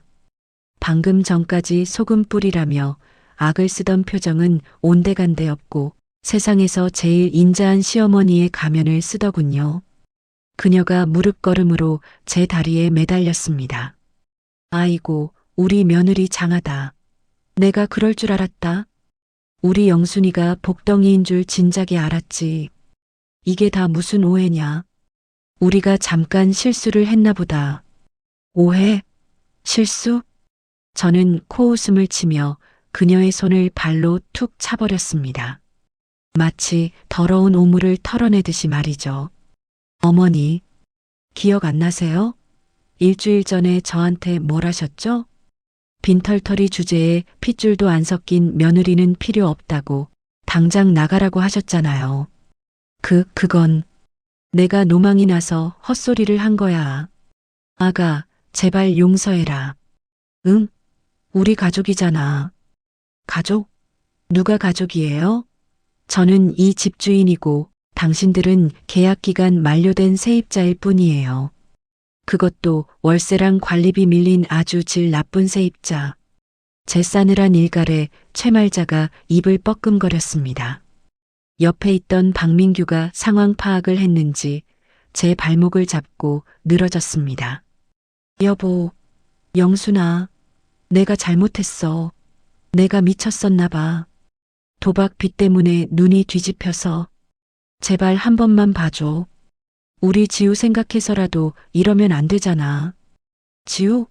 내 입에서 지우 이름이 나와? 순간 울컥 치미는 분노에 저는 박민규의 어깨를 구두굽으로 걷어찼습니다. 그가 윽소리를 내며 뒤로 나자빠졌죠. 지우 뺏어가고 나 내쫓을 때 너 지우 생각 눈곱만큼이라도 했어? 새 엄마랑 사는 게 교육상 좋다며? 그래놓고 지금 와서 지우 팔아먹어? 이 짐승만도 못한 새끼. 아, 영순아 아파. 때려도 좋아. 다 좋은데 집에서 쫓아내지만 말아줘. 갈 데가 없어. 박민규가 바닥을 구르며 애원했습니다. 구석에 있던 박민지도 슬금슬금 다가와 제 눈치를 보더군요. 언니, 아니, 올케 언니. 나 알지? 나 언니 편이었던 거. 엄마랑 오빠가 하도 지랄해서 어쩔 수 없이 그랬던 거야. 나 명품 가방 안 사줘도 돼. 그냥 여기서 살게만 해줘. 박민지의 뻔뻔함에 혀를 내두를 지경이었습니다. 제 머리채를 잡고 바닥에 패대기 쳤던 그 손으로 지금 저에게 동량을 구하고 있는 꼴이라니. 저는 박민지를 향해 싸늘하게 쏘아붙였습니다. 너는 아가리가 뚫려 있다고 말은 잘하는구나. 내 머리채 잡고 끌어낼 때는 언제고 이제 와서 딴소리야? 너도 공범이야. 똑같은 쓰레기. 뭐? 야, 말이 좀 심하잖아. 박민지가 발끈하며 대들려다 경호원들의 눈빛에 꼬리를 내렸습니다. 저는 시계를 보며 차갑게 선언했습니다. 시간 없어. 당장 나가. 짐 쌀 필요도 없어. 너희들이 나한테 했던 것처럼 몸만 나가. 뭐라고? 지금 빈손으로 나가라는 거야? 이 추운 겨울에? 이수진이 소파에서 배를 감싸쥐며 소리쳤습니다. 그녀의 얼굴은 도끼로 가득 차 있었습니다. 나 임산부야. 이 엄동설 안에 임산부를 쫓아내면 천벌받아. 너 뱃속에 애 잘못되면 살인죄로 고소할 거야. 천벌은 너 같은 년이 받는 거야. 남의 가정 파탄 내고 들어와서 안방 차지하고 앉아있는 주제에 어디서 큰 소리야. 이게 진짜. 이수진이 탁자 위에 있던 유리 재떨이를 집어들었습니다. 하지만 던지기도 전에 강 변호사가 나서서 그녀의 앞을 막아섰죠. 이수진 씨, 폭력 행위까지 추가하시게요?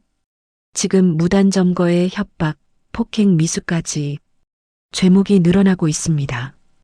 경찰 부르기 전에 조용히 나가시는 게 좋을 겁니다. 경찰? 부르라고.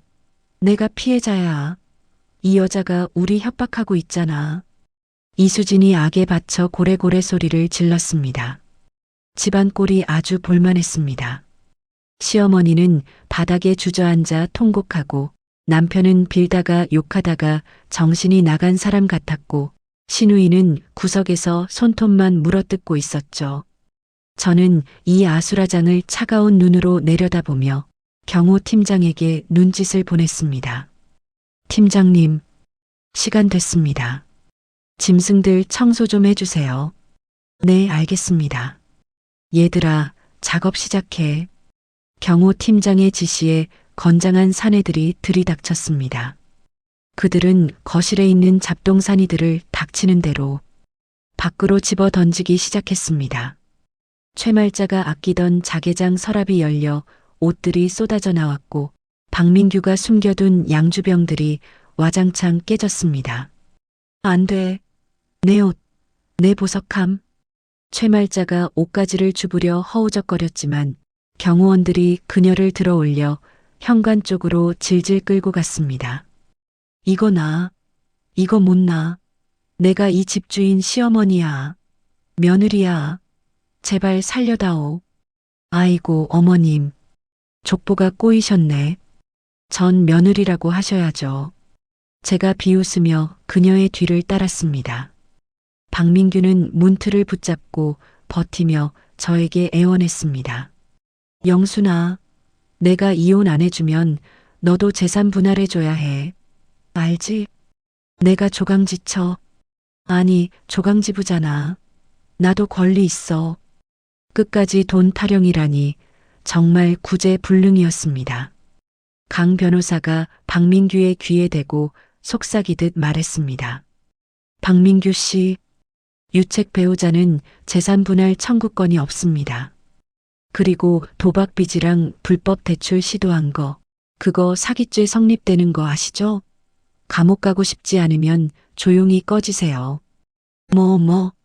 감옥? 박민규의 눈동자가 흔들리는 사이 경호원이 그를 짐짝처럼 들어 밖으로 패대기 쳤습니다. 이수진은 끝까지 소파를 붙잡고 버텼습니다. 나 못 나가. 배 뭉쳐서 못 움직인다고. 119 불러. 119? 그래, 불러줄게. 근데 너 그거 아니? 제가 이수진에게 다가가 허리를 숙이고 그녀의 귓가에 나직하게 말했습니다. 네가 그렇게 자랑하는 그 뱃속에 진짜 민규 씨에 맞니? 순간 이수진의 얼굴이 백지장처럼 하얗게 질렸습니다. 그녀의 눈동자가 심하게 요동치더군요. 제가 알고 있을 거라고는 상상도 못했을 테니까요. 무슨 소리야?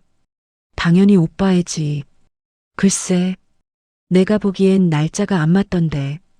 흥신소 직원들이 아주 재미있는 걸 찾아냈거든. 제가 의미심장한 미소를 짓자 이수진은 입술을 파르르 떨며 아무 말도 못했습니다. 그녀의 약점을 제대로 찌른 것이죠. 저는 경호원들에게 손짓했습니다. 이 여자도 끌어내. 아주 정중하게 길바닥에 모셔드려. 이거 나. 내가 걸어나갈 거야. 손대지 마. 이수진이 비틀거리며 스스로 일어났습니다. 그녀는 저를 노려보며 독을 품은 목소리로 중얼거렸습니다. 너 후회하게 될 거야. 내가 가만히 있을 것 같아? 아니, 제발 가만히 있지 마. 그래야 내가 더 밟아줄 맛이 나니까. 이수진이 이를 갈며 현관으로 사라졌습니다. 드디어 거실에 저와 강 변호사 그리고 경호원들만 남았습니다. 난장판이 된 집구석은 폭격을 맞은 듯 처참했지만 제 속은 10년 묵은 체증이 내려가는 듯 시원했습니다. 하지만 아직 끝난 게 아니었습니다. 가장 소중한 보물을 되찾아야 했으니까요. 저는 안방 쪽을 바라보았습니다. 굳게 닫힌 방문 너머로 숨죽인 울음소리가 들려오고 있었습니다. 지우였습니다. 이 모든 난리통 속에서 어린 것이 얼마나 무서웠을까요? 가슴이 찢어지는 것 같았습니다. 저는 숨을 고르며 천천히 안방 문을 열었습니다. 지우야, 엄마 왔어. 어둠 속에 웅크리고 있던 작은 그림자가 움찔했습니다. 이불을 뒤집어 쓰고 벌벌 떨고 있는 아이를 보자 눈물이 왈칵 쏟아졌습니다. 저는 달려가 이불을 걷어내고 지우를 와락 껴안았습니다. 엄마가 미안해. 너무 늦게 와서 미안해. 이제 괜찮아. 엄마 여기 있어. 엄마, 진짜 엄마야? 지우가 고개를 들어 저를 바라보았습니다. 눈물 범벅이 된 얼굴, 공포에 질린 눈망울. 저는 아이의 뺨을 어루만지며 고개를 끄덕였습니다. 응, 엄마야. 엄마가 나쁜 사람들 다 쫓아냈어. 이제 아무도 우리 지우 못 건드려. 엄마, 보고 싶었어? 으앙. 지우가 제 목을 끌어안고 목 놓아 울음을 터뜨렸습니다. 그 울음소리가 제 심장을 후벼 파는 듯 했습니다. 저는 아이를 더 세게 끌어안으며 맹세했습니다. 다시는 그 누구도 내 딸을 울리게 두지 않겠다고. 그리고 문 밖으로 쫓겨난 저 짐승들에게 진짜 지옥이 무엇인지 뼈저리게 가르쳐 주겠다고 말이죠. 그때 현관 밖에서 와장창 깨지는 소리와 함께 박민규의 고함이 들려왔습니다. 야, 김영순, 문 열어. 내 집이야. 다 부셔버릴 거야. 놈이 발악을 시작한 모양이었습니다. 저는 지우의 귀를 막아주며 차가운 눈으로 현관 쪽을 노려보았습니다. 강 변호사가 휴대폰을 꺼내며 저에게 눈짓을 보냈습니다. 사모님, 시작할까요? 2차전. 저는 지우를 안아올리며 고개를 끄덕였습니다. 네. 경찰 부르세요. 현행범으로 아주 확실하게 보내버리죠. 이제 밖에서는 또 다른 쇼가 펼쳐질 예정이었습니다. 가장 비참하고 가장 굴욕적인 쇼가 말이죠. 저는 지우를 안고 당당하게 거실을 가로질러 현관으로 향했습니다. 제 복수는 이제 막 절정을 향해 달려가고 있었습니다. 현관문이 열리자마자 마주한 풍경은 그야말로 아비규환이었습니다. 박민규는 문을 발로 차며 고래고래 소리를 지르고 있었고 최말자는 바닥에 대자로 뻗어 통곡하고 있었죠. 이수진은 벽에 기대어 배를 감싸 쥐고 가쁜 숨을 몰아쉬고 있었습니다. 복도에는 이미 무슨 구경거리가 났나 싶어 몰려나온 이웃 주민들이 수군거리고 있었습니다. 저를 보자마자 박민규가 짐승처럼 달려들려 했습니다. 야, 김영순, 네가 감히 나를 내쫓아? 내가 누군지 알아? 이 집 가장이야. 하지만 그는 제 앞에 서기도 전에 경호원들의 두꺼운 팔에 가로막혀 허우적거렸습니다. 마치 덫에 걸린 멧돼지 꼴이었죠. 저는 지우를 뒤에 선 경호팀장에게 잠시 맡기며 눈짓을 보냈습니다. 아이가 보기엔 너무 추악한 꼴이었으니까요. 팀장이 지우를 안고 안쪽으로 물러나자 저는 팔짱을 끼고 그들을 내려다보았습니다. 가장, 주제 파악 좀 해. 너는 이제 가장이 아니라 전과자가 될 운명이니까. 뭐, 전과자? 웃기지 마. 내가 뭘 잘못했는데. 내 집에서 내가 나가기 싫다는데 그게 죄야? 박민규가 침을 튀기며 악을 썼습니다. 옆에 있던 이수진이 도끼 어린 눈으로 저를 쏘아보며 거들더군요. 언니, 너무한 거 아니에요? 애 아빠한테 전과자라니요. 우리 복덩이가 듣고 있어요. 태교에 안 좋게 자꾸 이럴 거예요? 태교? 아, 진짜 뻔뻔함이 하늘을 찌르는구나. 저는 헛웃음을 터뜨리며 핸드백에서 노란색 서류 봉투 하나를 꺼냈습니다. 일주일 동안 흥신소 직원들이 땀 흘려 찾아낸 결정적인 증거였죠. 저는 봉투 입구를 열어 그 안에 든 종이들을 이수진의 얼굴을 향해 흩뿌렸습니다. 팔라락. 하얀 A4 용지들이 꽃빛처럼, 아니 저주처럼 그들의 머리 위로 쏟아져 내렸습니다. 이게 뭐야? 박민규가 바닥에 떨어진 종이 한 장을 집어들었습니다. 유전자 검사 결과지였습니다. 그의 눈동자가 빠르게 종이를 훑어 내려가더니 특정 문구에서 정지했습니다. 친자 불일치 확률 99.9%. 박민규의 손이 사시나무 떨듯 떨리기 시작했습니다. 이게 무슨 글씨 못 읽어? 친자 불일치. 내 아들 아니라고. 네가 끔찍이 아끼는 그 복덩이 뻐꾸기 새끼라고. 거짓말. 수진아, 이게 무슨 소리야? 네가 말해봐. 내 애 맞잖아. 그치? 박민규가 충혈된 눈으로 이수진을 쳐다봤습니다. 이수진은 얼굴이 백지장처럼 하얗게 질려 입술만 달싹거렸습니다. 그녀의 발치에는 또 다른 사진들이 흩어져 있었는데 그녀가 임신했다고 주장하던 시기에 다른 남자들과 클럽에서 껴안고 있는 적나라한 사진들이었죠. 이수진이 뒷걸음질 치며 변명했습니다. 오빠. 아니야. 저 여자가 조작한 거야. 나 모함하는 거야. 조작? 날짜 봐. 네가 임신 3주 차라고 했을 때 넌 강남 클럽에서 웬 호스트랑 샴페인 마시고 있었더라. 산부인과 기록이랑 대조해 보니까 딱 나오던데. 제가 차갑게 쏘아붙이자 이수진은 더 이상 할 말을 잃고 바닥에 주저앉았습니다. 그 순간 박민규의 이성이 툭 하고 끊어지는 소리가 들리는 듯 했습니다. 그는 괴수 같은 비명을 지르며 이수진의 머리채를 휘어잡았습니다. 오빠, 아파. 이거 나. 이걸레 같은 년이 감히 나를 속여? 내 핏줄이라며. 내가 너 때문에 무슨 짓까지 했는데. 박민규가 이수진을 바닥에 패대기 치고 발길질을 해대기 시작했습니다. 그토록 사랑한다던 내연녀를 죽일 듯이 패는 꼴이라니 참으로 비정한 코미디가 아닐 수 없었습니다. 바닥에 누워있던 최말자가 벌떡 일어나 소리쳤습니다. 뭐야? 내 손주가 아니야? 전현 뱃속에 든 게 남의 씨라고? 그래. 엄마. 전현이 나한테 사기쳤어. 내 인생 망쳤어.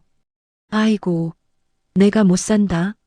저 근본 없는 것이 우리 집안을 쑥대밭으로 만들었어. 내 돈. 며느리 쫓아내고 쓴 내 돈 내놔. 최말자가 이수진에게 달려들어 머리카락을 쥐어뜯었습니다. 서로 물고 뜯고 비명과 욕설이 난무하는 콩가루 집안의 진면목이 적나라하게 드러났습니다. 주민들은 휴대폰을 꺼내 이 막장 드라마를 촬영하느라 바빴죠. 저는 그 추악한 광경을 팔짱 끼고 지켜보며 싸늘하게 말했습니다. 잘들 논다. 아주 끼리끼리 만났어. 제 목소리를 들은 박민규가 갑자기 고개를 획 돌려 저를 노려봤습니다. 그의 눈은 이미 제정신이 아니었습니다. 분노의 화살이 자신을 속인 내연녀에서 이 모든 진실을 까발린 저에게로 향한 겁니다. 너 때문이야. 네가 오지 않았으면 다 잘 됐을 거야. 네가 내 인생 망쳤어. 뭐? 내가 망쳐? 네가 도박하고 바람 피워서 망한 걸 누구 탓을 해? 닥쳐. 죽어. 다 죽어버려. 박민규가 복도 구석에 놓여있던 커다란 도자기 화분을 번쩍 들어 올렸습니다. 제법 무거운 화분이었지만 광기에 휩싸인 그에게는 깃털처럼 가벼워 보였습니다. 그가 그것을 저를 향해, 정확히는 제 뒤에 서 있던 지우 쪽을 향해 힘껏 내던졌습니다. 안 돼. 지우야. 제가 비명을 지르며 몸을 날렸습니다. 와장창. 거대한 파열음과 함께 도자기 파편과 흙더미가 사방으로 튀었습니다. 다행히 경호 팀장이 지우를 감싸 안고 등을 돌린 덕분에 아이는 다치지 않았지만 튀어오른 날카로운 파편 하나가 제 종아리를 스치고 지나갔습니다. 붉은 선혈이 주르륵 흘러내렸습니다. 으앙. 엄마. 무서워. 놀란 지우가 자지러지게 울기 시작했습니다. 그 울음소리에 제 안에 있던 마지막 인내심마저 끊어졌습니다. 감히 내 새끼를 위협해? 저는 피가 흐르는 다리를 무시하고 벌떡 일어났습니다. 팀장님, 저 미친놈 잡아. 제 말이 떨어지기가 무섭게 경호원 3명이 박민규를 덮쳤습니다. 그는 발버둥 쳤지만 훈련된 전문가들을 당해낼 리 없었죠. 순식간에 바닥에 얼굴이 처박힌 채 팔이 꺾였습니다. 으악, 이거 나. 뼈 부러져. 나. 타이밍 좋군요. 때마침 엘리베이터 문이 열리고 제복을 입은 경찰관 4명이 우르르 내렸습니다. 강 변호사가 미리 신고해둔 덕분이었습니다. 강 변호사가 경찰들에게 다가가 명함을 건네며 상황을 설명했습니다. 법무법인 태산의 강혁 변호사입니다. 지금 보시는 대로입니다. 특수폭행, 재물손괴, 그리고 아동학대 미수까지 현행범입니다. 이거 난 억울해. 이건 부부 싸움이라고. 박민규가 고래고래 소리를 질렀지만 경찰관은 단호한 표정으로 수갑을 꺼냈습니다. 박민규 씨, 당신을 특수폭행 및 기물파손 혐의로 현행범 체포합니다. 당신은 변호사를 선임할 권리가 있고. 철커덕. 차가운 금소금이 울려 퍼지고 박민규의 양손이 뒤로 결박되었습니다. 그제야 박민규는 상황 파악이 됐는지 울먹이며 저를 쳐다봤습니다. 영순아, 여보, 내가 잘못했어. 실수였어. 나 감옥 가기 싫어. 제발 합의해줘. 응? 밥에 꿈깨. 난 법대로 할 거야. 콩밥 먹으면서 내 죄가 뭔지 뼈저리게 반성해. 제가 싸늘하게 외면하자 박민규는 짐승처럼 울부짖으며 경찰에게 끌려갔습니다. 최말자가 그 뒤를 쫓아가며 경찰관의 바짓가랑이를 잡았습니다. 우리 아들 안 돼요. 잡아가지 마세요. 전현이 다 꾸민 일이에요. 우리 아들은 착한 애예요. 아주머니, 이러시면 공무집행방해로 같이 체포됩니다. 비키세요. 경찰관이 최말자를 떼어내자 그녀는 바닥에 주저앉아 땅을 치며 통곡했습니다. 그 옆에서 이수진은 헝클어진 머리를 하고 멍하니 앉아 있다가 여경의 부축을 받으며 일어났습니다. 그녀 역시 폭행 시비와 사기 혐의로 조사를 받아야 했으니까요. 이수진이 지나가며 저를 노려봤지만 그 눈빛에는 예전 같은 도끼가 없었습니다. 패배자의 비참함만이 남아 있었죠. 저는 그녀에게 나직하게 속삭였습니다. 사기죄에 무고죄까지 추가될 거야. 감옥에서 태교 잘해봐. 아, 애 아빠가 누군지부터 찾아야 하나? 이수진은 입술을 깨물며 고개를 숙이고 끌려갔습니다.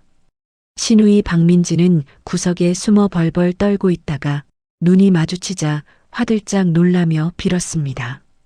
언니, 나는 아무것도 안 했어. 나 신고하지 마. 제발. 넌 그냥 꺼져. 내 눈앞에서 영원히. 저는 박민지를 벌레 쫓듯 손짓했고 그녀는 신발도 제대로 못 신은 채 도망치듯 계단으로 뛰어내려갔습니다. 드디어 복도가 조용해졌습니다. 남은 건 깨진 화분 조각들과 흩어진 서류 뭉치들 뿐이었습니다. 긴장이 풀리자 다리에 통증이 밀려왔지만 마음만은 날아갈 듯 가벼웠습니다. 경호 팀장이 지우를 안고 다가왔습니다. 사모님, 괜찮으십니까? 다리에 피가. 괜찮아요. 긁힌 거예요. 지우는요? 안 다쳤어요? 네, 따님은 무사합니다. 많이 놀란 것 같습니다. 제가 지우를 받아 앉아 아이가 제 목을 꼭 끌어안으며 흐느꼈습니다. 작은 어깨가 바들바들 떨리고 있었습니다. 저는 아이의 등을 토닥이며 귓가에 속삭였습니다. 지우야, 미안해. 엄마가 무서운 거 보게 해서 미안해. 이제 다 끝났어. 나쁜 사람들 다 갔어. 엄마, 아빠가 물건 던졌어. 엉엉. 그래, 아빠가 잘못한 거야. 그래서 경찰 아저씨가 혼내주러 데려갔어. 이제 우리 둘뿐이야. 아무도 우리 괴롭히지 못해. 강 변호사가 다가와 제 상태를 살폈습니다. 사모님, 일단 병원부터 가시죠. 상처가 깊어 보입니다. 그리고 진단서 끊어서 바로 경찰서로 제출하겠습니다. 합의는 절대 없다는 의사도 확실히 전달하고요. 네, 부탁해요. 저 인간들 세상빛 다시 보기 힘들게 만들어주세요. 걱정 마십시오. 제가 누굽니까? 영혼까지 털어드리겠습니다. 우리는 엘리베이터를 타고 지하 주차장으로 내려갔습니다. 차에 오르기 전 저는 뒤를 돌아 제가 산 건물, 아니 나의 집을 올려다보았습니다. 501호에 불 꺼진 창문이 보였습니다. 이제 저곳에는 그들의 탐욕도, 저주도, 비명도 없습니다. 오직 저와 지우의 새로운 미래만이 채워질 공간이 되었죠. 차 문이 닫히고 푹신한 시트에 몸을 기대자 피로가 몰려왔습니다. 하지만 그 피로조차 달콤했습니다. 저는 지우의 머리에 입을 맞추며 창밖으로 스쳐 지나가는 서울의 야경을 바라보았습니다. 오늘 밤은 지난 5년 중 가장 편안하게 잠들 수 있을 것 같았습니다. 제 인생의 가장 긴 하루가 승리의 팡파르와 함께 저물어가고 있었습니다. 그날 저녁 텅 빈 아파트에는 정막만이 감돌고 있었습니다. 깨진 도자기 파편과 흩어진 서류 뭉치들은 치워졌지만 그들이 남기고 간 탐욕과 증오의 냄새는 여전히 집안 곳곳에 배어 있는 듯했죠. 저는 거실 한가운데 서서 5년 동안 제 피와 땀이 서려 있던 그리고 저들의 횡포로 얼룩졌던 공간을 천천히 둘러보았습니다. 벽지에 난 흠집 하나, 바닥에 얼룩 하나까지 지긋지긋한 기억들이 묻어 있어 속이 울렁거렸습니다. 저는 핸드백에서 휴대폰을 꺼내 인테리어 업체 사장님에게 전화를 걸었습니다. 사장님, 내일부터 공사 시작해 주세요. 견적은 상관없으니 최고급 자재로만 써주시고요. 알겠습니다, 사모님. 그런데 기존 가구들은 어떻게 할까요? 꽤 비싼 자개장도 있던데요. 다 버리세요. 가구, 가전, 벽지, 장판. 아니, 문고리 하나까지 싹 다 뜯어내서 폐기 처분해 주세요. 저 사람들의 손때가 묻은 건 단 하나도 남기고 싶지 않아요. 먼지 한 톨까지 싹 다요. 네, 알겠습니다. 아주 흔적도 없이 싹 비워드리고 새 집처럼 만들어드리겠습니다. 전화를 끊고 나니 비로소 가슴 한구석에 묵직하게 자리 잡고 있던 돌덩이가 내려가는 기분이었습니다.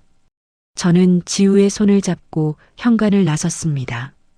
더 이상 이곳은 지옥이 아니지만 공사가 끝날 때까지는 지우에게 보여주고 싶지 않았거든요.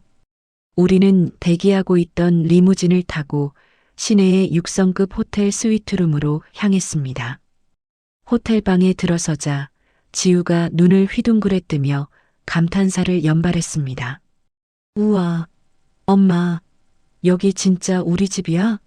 공주님이 사는 성 같아. 폭신한 카펫 위를 뛰어다니는 지우의 모습이 마치 날개 달린 천사 같았습니다. 지난 5년 좁은 방구석에서 숨죽여 지내야 했던 아이가 이렇게 밝게 웃는 걸 보니 코끝이 찡해졌습니다.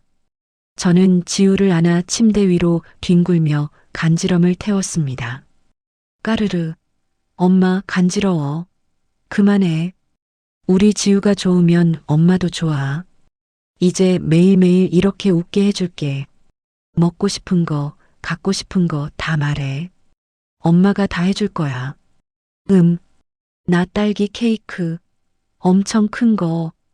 그래, 알았어. 룸서비스 시키자. 스테이크도 먹고 파스타도 먹자. 그날 밤 우리는 세상에서 가장 행복한 저녁 식사를 했습니다. 지우가 잠든 후 저는 창가에 앉아 와인을 마시며 야경을 내려다보았습니다. 승리의 달콤함에 취해 있을 무렵 초인종이 울리고 강 변호사가 방문했습니다. 그의 손에는 두툼한 서류 가방이 들려 있었죠. 사모님, 늦은 시간에 죄송합니다. 처리할 서류가 좀 많아서요. 아니에요. 기다리고 있었어요. 앉으세요. 그 인간들 어떻게 됐나요? 강 변호사가 소파에 앉으며 서류 뭉치 하나를 꺼내 탁자 위에 올려놓았습니다. 구치소 직인이 찍힌 편지 봉투들이 수두룩했습니다. 이게 다 뭐죠? 박민규 씨와 최말자 씨가 보낸 반성문입니다. 하루에 10통씩 쓰고 있답니다. 내용은 뭐 뻔하죠. 잘못했다. 한 번만 용서해달라. 합의해주면 평생 모시고 살겠다. 강 변호사가 비웃음 섞인 어조로 말했습니다. 저는 봉투를 집어들지도 않고 싸늘하게 일갈했습니다. 읽을 가치도 없네요. 뜯지도 말고 그대로 파쇄기에 갈아버리세요. 아니, 불태워버리면 더 좋고요. 탁월하십니다. 어차피 법원에 제출해봤자 양형 참작도 안 될 겁니다. 죄질이 워낙 나빠서요. 재판은 어떻게 진행되고 있나요? 박민규 씨는 특수폭행, 재물손괴, 아동학대 미수 혐의가 모두 인정되었습니다. 게다가 도박빚 때문에 사채업자들에게 사기친 혐의까지 추가돼서 실형 3년은 거뜬히 나올 겁니다. 나오는 순간 신용불량자의 빚더미라 뭐 인생 끝난 거나 다름없죠. 이혼 서류는요? 당연히 도장 찍었죠. 안 찍으면 감방에서 썩게 해주겠다고 겁 좀 줬더니 덜덜 떨면서 찍더군요. 위자료는커녕 내 연녀한테 사준 명품 가방이랑 보석들까지 싹 다 회수해서 가압류 걸었습니다. 팬티 한 장 못 건지고 나갔다고 보시면 됩니다. 속이 시원하네요. 시어머니는요? 최말자 씨는 충격을 좀 세게 받으셨나 봅니다. 경찰 조사받다가 거품 물고 쓰러지셔서 병원에 실려갔는데 뇌졸중 판정을 받았습니다. 반신불수가 됐는데 돈이 없으니 수술은 꿈도 못 꾸고 요양병원 다인실로 옮겨졌습니다. 간병인 쓸 돈도 없어서 방치되어 있다고 하네요. 자업자득이네요. 며느리 등골 빼먹고 살더니 결국 그렇게 비참하게 늙어가는군요. 저는 동정심이라곤 눈곱만큼도 들지 않았습니다. 오히려 인과응보라는 말이 이토록 정확할 수 있나 싶어 소름이 돋을 정도였죠. 강 변호사가 또 다른 서류를 넘기며 말을 이었습니다. 제일 재미있는 건 이수진 씨입니다. 친자 불일치 결과 나오고 나서 아주 난리가 났습니다. 어떻게 됐는데요? 박민규 씨가 유치장에서 이수진 씨를 사기죄로 고소했습니다. 자기 핏줄도 아닌 애를 가지고 임신 사기쳤다고요.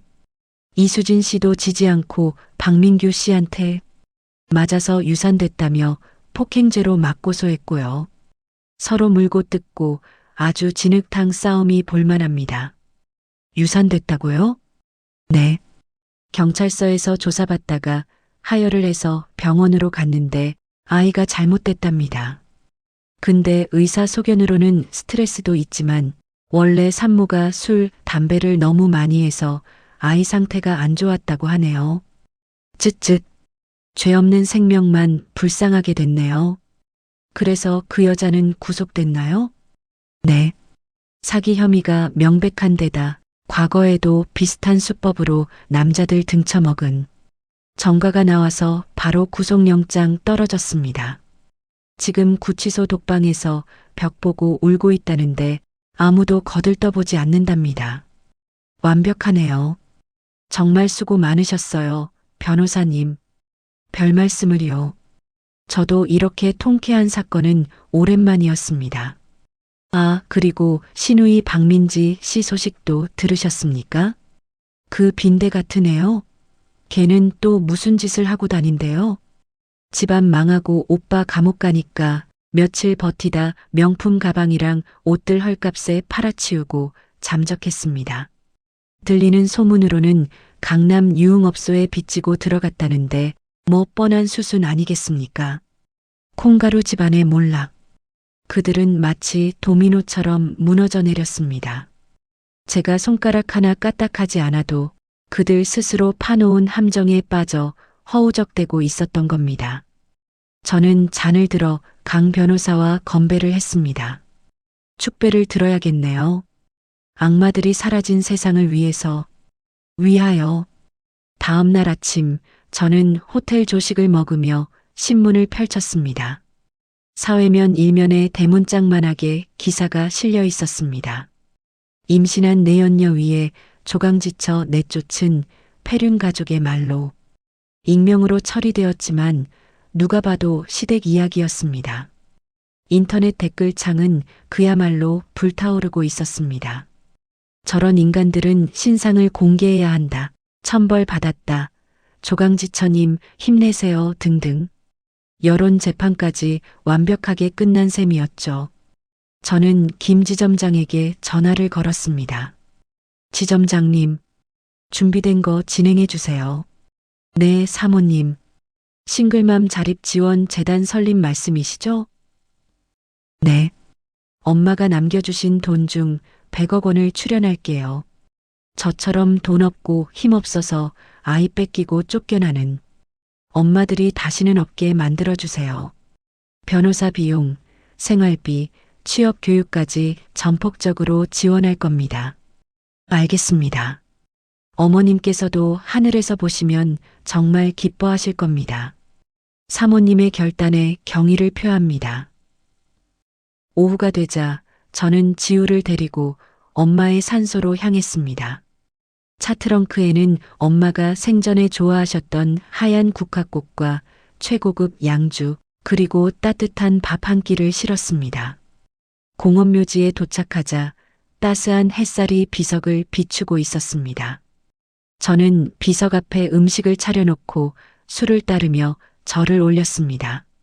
지우도 제 옆에서 고사리 같은 손을 모으고 절을 했죠. 할머니, 안녕하세요. 저 지우예요. 지우의 랑랑한 목소리가 산소에 울려 퍼졌습니다. 저는 비석을 어루만지며 참았던 눈물을 흘렸습니다.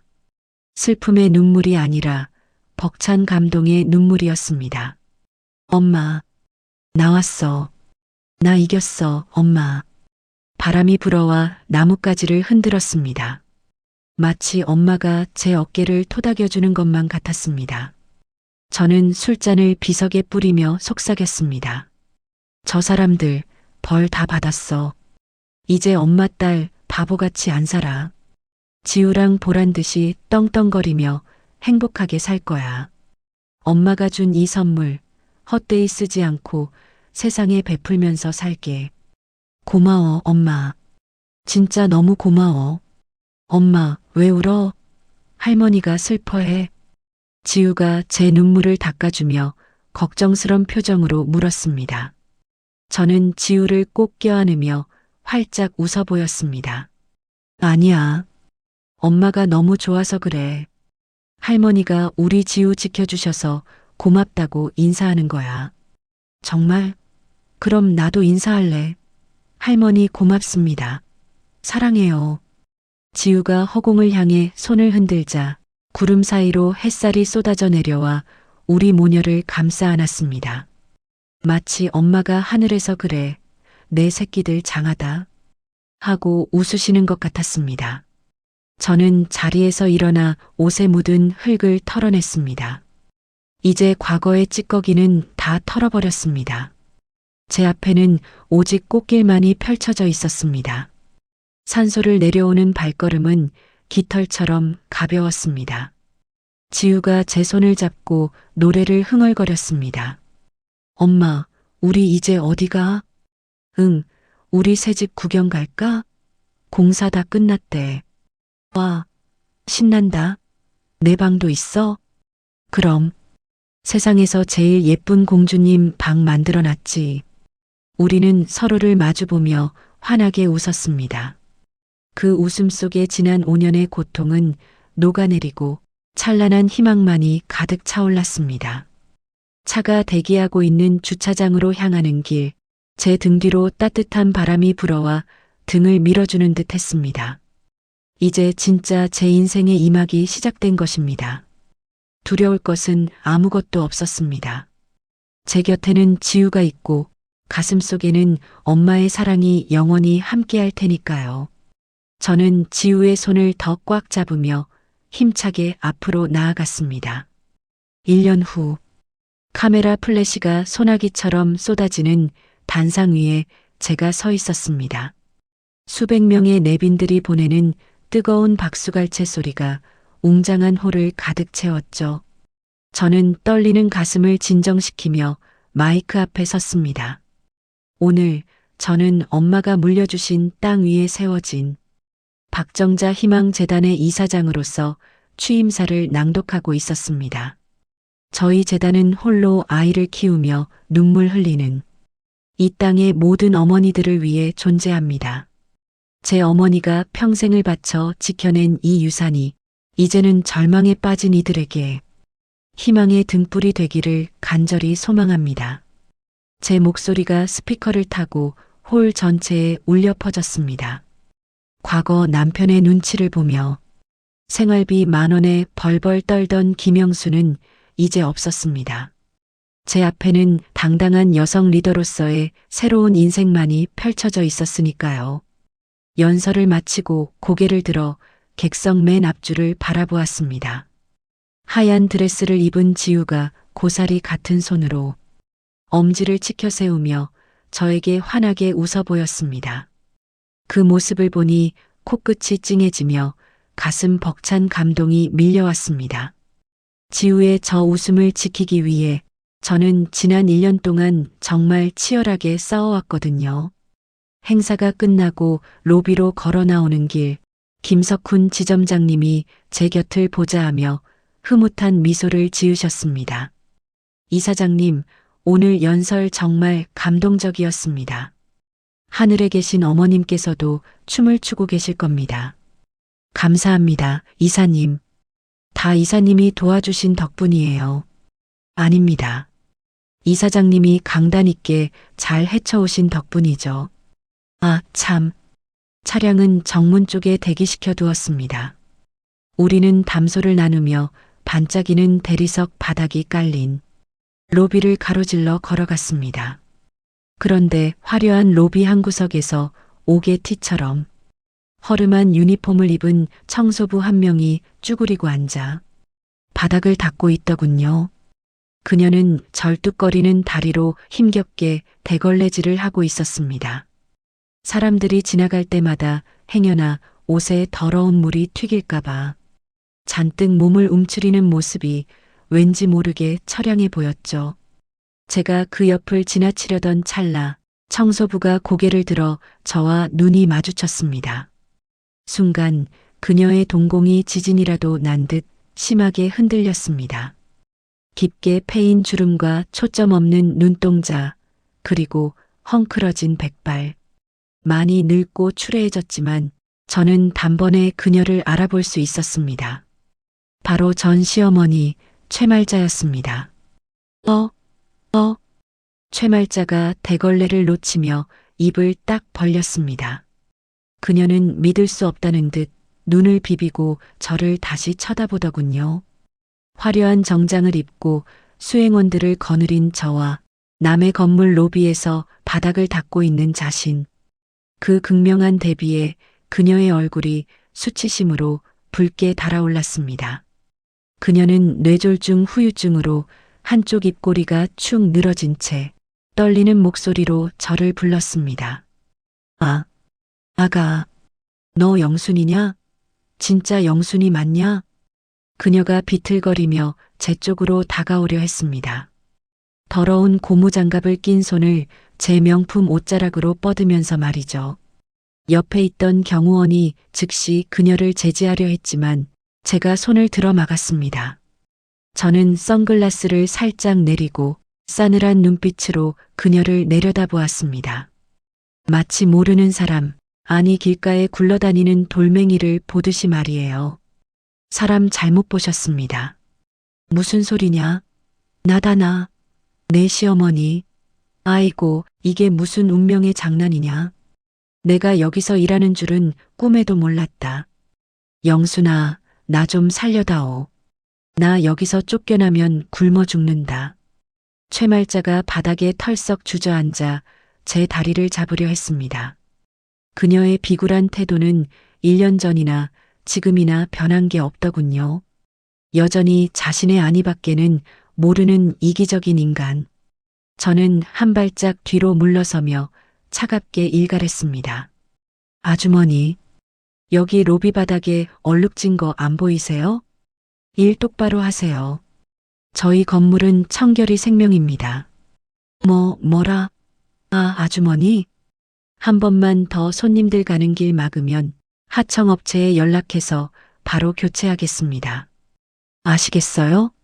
저는 그녀에게 눈길 한 번 더 주지 않고 그대로 돌아섰습니다. 등 뒤에서 영순아, 아가, 내가 잘못했다. 라고 울부짖는 소리가 들려왔지만 그 소리는 제 귓가에 닿기도 전에 허공으로 흩어졌습니다. 그녀는 이제 저에게 분노의 대상조차 되지 못하는 그저 하찮은 존재일 뿐이었으니까요. 건물 밖으로 나오자 눈부신 햇살이 쏟아져 내렸습니다. 지우가 경호원의 손을 잡고 차 앞에서 저를 기다리고 있었죠. 엄마, 빨리 와. 지우에게 달려가려던 순간 주차장 화단 쪽에서 누군가 튀어나왔습니다. 노숙자 행색을 한 남자가 썩은 냄새를 풍기며 제 차 앞으로 달려들었습니다. 영순아, 여보, 나야 민규, 박민규였습니다. 출소한 지 얼마 안 된 모양인지 머리는 삭발 상태였고 얼굴은 반쪽이 되어 있었습니다. 도박 빚쟁이들에게 시달렸는지 눈가에는 시퍼런 멍 자국까지 있더군요. 그는 저를 보자마자 미친 사람처럼 웃으며 달려왔습니다. 와, 진짜 성공했구나. 내 마누라 대단하네. 영순아, 나 좀 받아줘. 내가 감옥에서 얼마나 반성했는지 알아? 우리 다시 시작하자. 응? 그의 뻔뻔함에 헛웃음조차 나오지 않았습니다. 경호원들이 즉시 그를 제 앞에 바닥에 눌러버렸습니다. 얼굴이 아스팔트에 처박힌 채로도 그는 악을 쓰며 고개를 쳐들었습니다. 지우야, 아빠야, 아빠가 왔다. 한 번만 보게 해줘. 천륜을 끊을 셈이야? 지우가 그 소리에 놀라 제 뒤로 숨었습니다. 아이는 겁에 질린 눈으로 저 더러운 남자가 누구냐고 묻는 듯 저를 올려다보았죠. 저는 지우의 눈을 손으로 가려주며 부드럽게 감싸 안았습니다. 지우야, 보지 마. 더러운 거 보는 거 아니야. 영순아, 너무하잖아. 내가 지우 아빠라고. 돈 좀 줘. 위자료 필요 없으니까 생활비라도 좀 달라고. 결국 본색을 드러내는군요. 돈. 그놈의 돈 때문에 처자식을 버리더니 이제 와서 또 돈을 구걸하는 꼴이라니. 저는 경호팀장에게 짧게 지시했습니다. 치우세요. 접근 금지 가처분 신청 위반으로 경찰에 넘기시고요. 알겠습니다. 이사장님. 끌고 가. 이거 나. 야, 김영순. 네가 사람이냐? 나 지우 아빠야. 으악. 박민규가 질질 끌려가며 내지르는 비명소리가 멀어져 갔습니다. 그의 절규는 더 이상 제 마음에 어떤 파동도 일으키지 못했습니다. 그저 지나가는 소음, 도심의 매연 같은 불쾌함일 뿐이었죠. 저는 지우를 안고 차에 올랐습니다. 묵직한 차 문이 닫히자 바깥 세상의 소음이 완벽하게 차단되었습니다. 고요하고 안락한 공간, 향긋한 가죽 냄새. 이것이 제가 쟁취한 평화였습니다. 지우가 제 품에 파고들며 조심스럽게 물었습니다. 엄마, 아까 그 거지 아저씨는 누구야? 왜 자꾸 아빠라고 해? 저는 지우의 머리카락을 쓰다듬으며 환하게 웃어 보였습니다. 거짓말을 할 필요도, 진실을 말해 아이에게 상처를 줄 필요도 없었습니다. 그는 이제 우리 인생에 없는 사람이니까요. 응, 정신이 좀 아픈 사람인가 봐. 우리랑은 상관없는 사람이야. 신경 쓰지 마. 그렇구나. 근데 엄마, 우리 이제 어디가? 지우의 눈동자가 호기심으로 반짝거렸습니다. 저는 기사님에게 목적지를 말하기 전 지우의 볼에 쪽하고 뽀뽀를 했습니다. 우리 공주님이 제일 가고 싶어 하는 곳. 놀이공원. 와, 신난다. 나 회전목마 탈래. 솜사탕도 먹을래. 지우가 박수를 치며 좋아하자 차 안에는 아이의 맑은 웃음소리가 가득 찼습니다. 기사님이 백미러로 저를 보며 부드럽게 차를 출발시켰습니다. 차창 밖으로 지난 1년의 시간들이 주마등처럼 스쳐 지나갔습니다. 비참하게 쫓겨나던 비 오는 밤, 엄마의 유산을 확인하던 떨리는 순간, 그리고 통쾌했던 복수의 날들. 그 모든 폭풍우를 뚫고 저는 지금 이곳에 서 있습니다. 엄마가 물려주신 것은 단순히 돈이 아니었습니다. 자신을 사랑하는 법, 그리고 소중한 것을 지키기 위해 싸울 수 있는 용기였습니다. 엄마, 보고 있지? 나 이제 울지 않아. 엄마가 준 이 귀한 인생, 지우랑 세상에서 제일 행복하게 누리면서 살게. 마음속으로 엄마에게 말을 걸자 차창 너머로 푸른 하늘이 눈부시게 펼쳐졌습니다. 구름 한 점 없는 맑은 하늘 위로 하얀 비행기 한 대가 긴 꼬리를 남기며 날아가고 있었죠. 마치 엄마가 우리 모녀의 앞길을 축복해주며 손을 흔드는 것 같았습니다. 저는 지우의 손을 꽉 잡았습니다. 따뜻하고 작은 온기가 제 손을 통해 심장까지 전해졌습니다. 다시는 이 손을 놓지 않을 것입니다. 그리고 제 인생의 운전대는 이제 오롯이 제가 잡고 나아갈 것입니다. 기사님, 속도 좀 내주세요. 우리 딸이 솜사탕 먹고 싶어 현기증 난다네요. 알겠습니다. 이사장님. 안전하고 빠르게 모시겠습니다. 차가 시원하게 도로를 질주했습니다. 백미러 속으로 멀어지는 빌딩 숲 뒤로 과거의 악몽들은 검은 점이 되어 사라져갔습니다. 제 입가에는 승리자의 여유로운 미소가, 그리고 지우의 얼굴에는 세상을 다 가진 듯한 행복이 번졌습니다. 이보다 더 완벽한 해피엔딩은 없을 것입니다. 우리의 이야기는 이제부터가 진짜 시작이니까요. 비에 젖은 밤, 아무도 내 편이 아니라고 믿었던 순간에도 세상은 뜻밖의 길을 열어주었습니다. 가장 약해 보이던 내가 가장 강한 사람이 될 수 있다는 걸, 그리고 상처를 준 사람들에게 휘둘리는 대신 나와 내 아이를 지키는 삶을 선택할 수 있다는 걸 보여준 이야기였습니다. 돈이 전부는 아니지만 그 돈이 내 삶을 다시 세울 용기와 기회를 준 것도 사실입니다. 무너졌던 자리에서 다시 일어나기까지는 수많은 눈물과 선택이 있었지만 결국 끝까지 나를 믿고 버틴 시간들이 가장 큰 재산이었습니다. 이제 영수는 누군가의 그림자 속에서 흔들리는 며느리가 아니라 자신의 삶과 딸의 미래를 스스로 만들어가는 단단한 한 사람의 엄마가 되었습니다. 버려졌던 자리에서 다시 시작한 그녀의 걸음은 앞으로도 흔들리지 않을 것입니다. 오늘 이야기가 여러분께 작은 위로와 용기가 되었다면 좋겠습니다.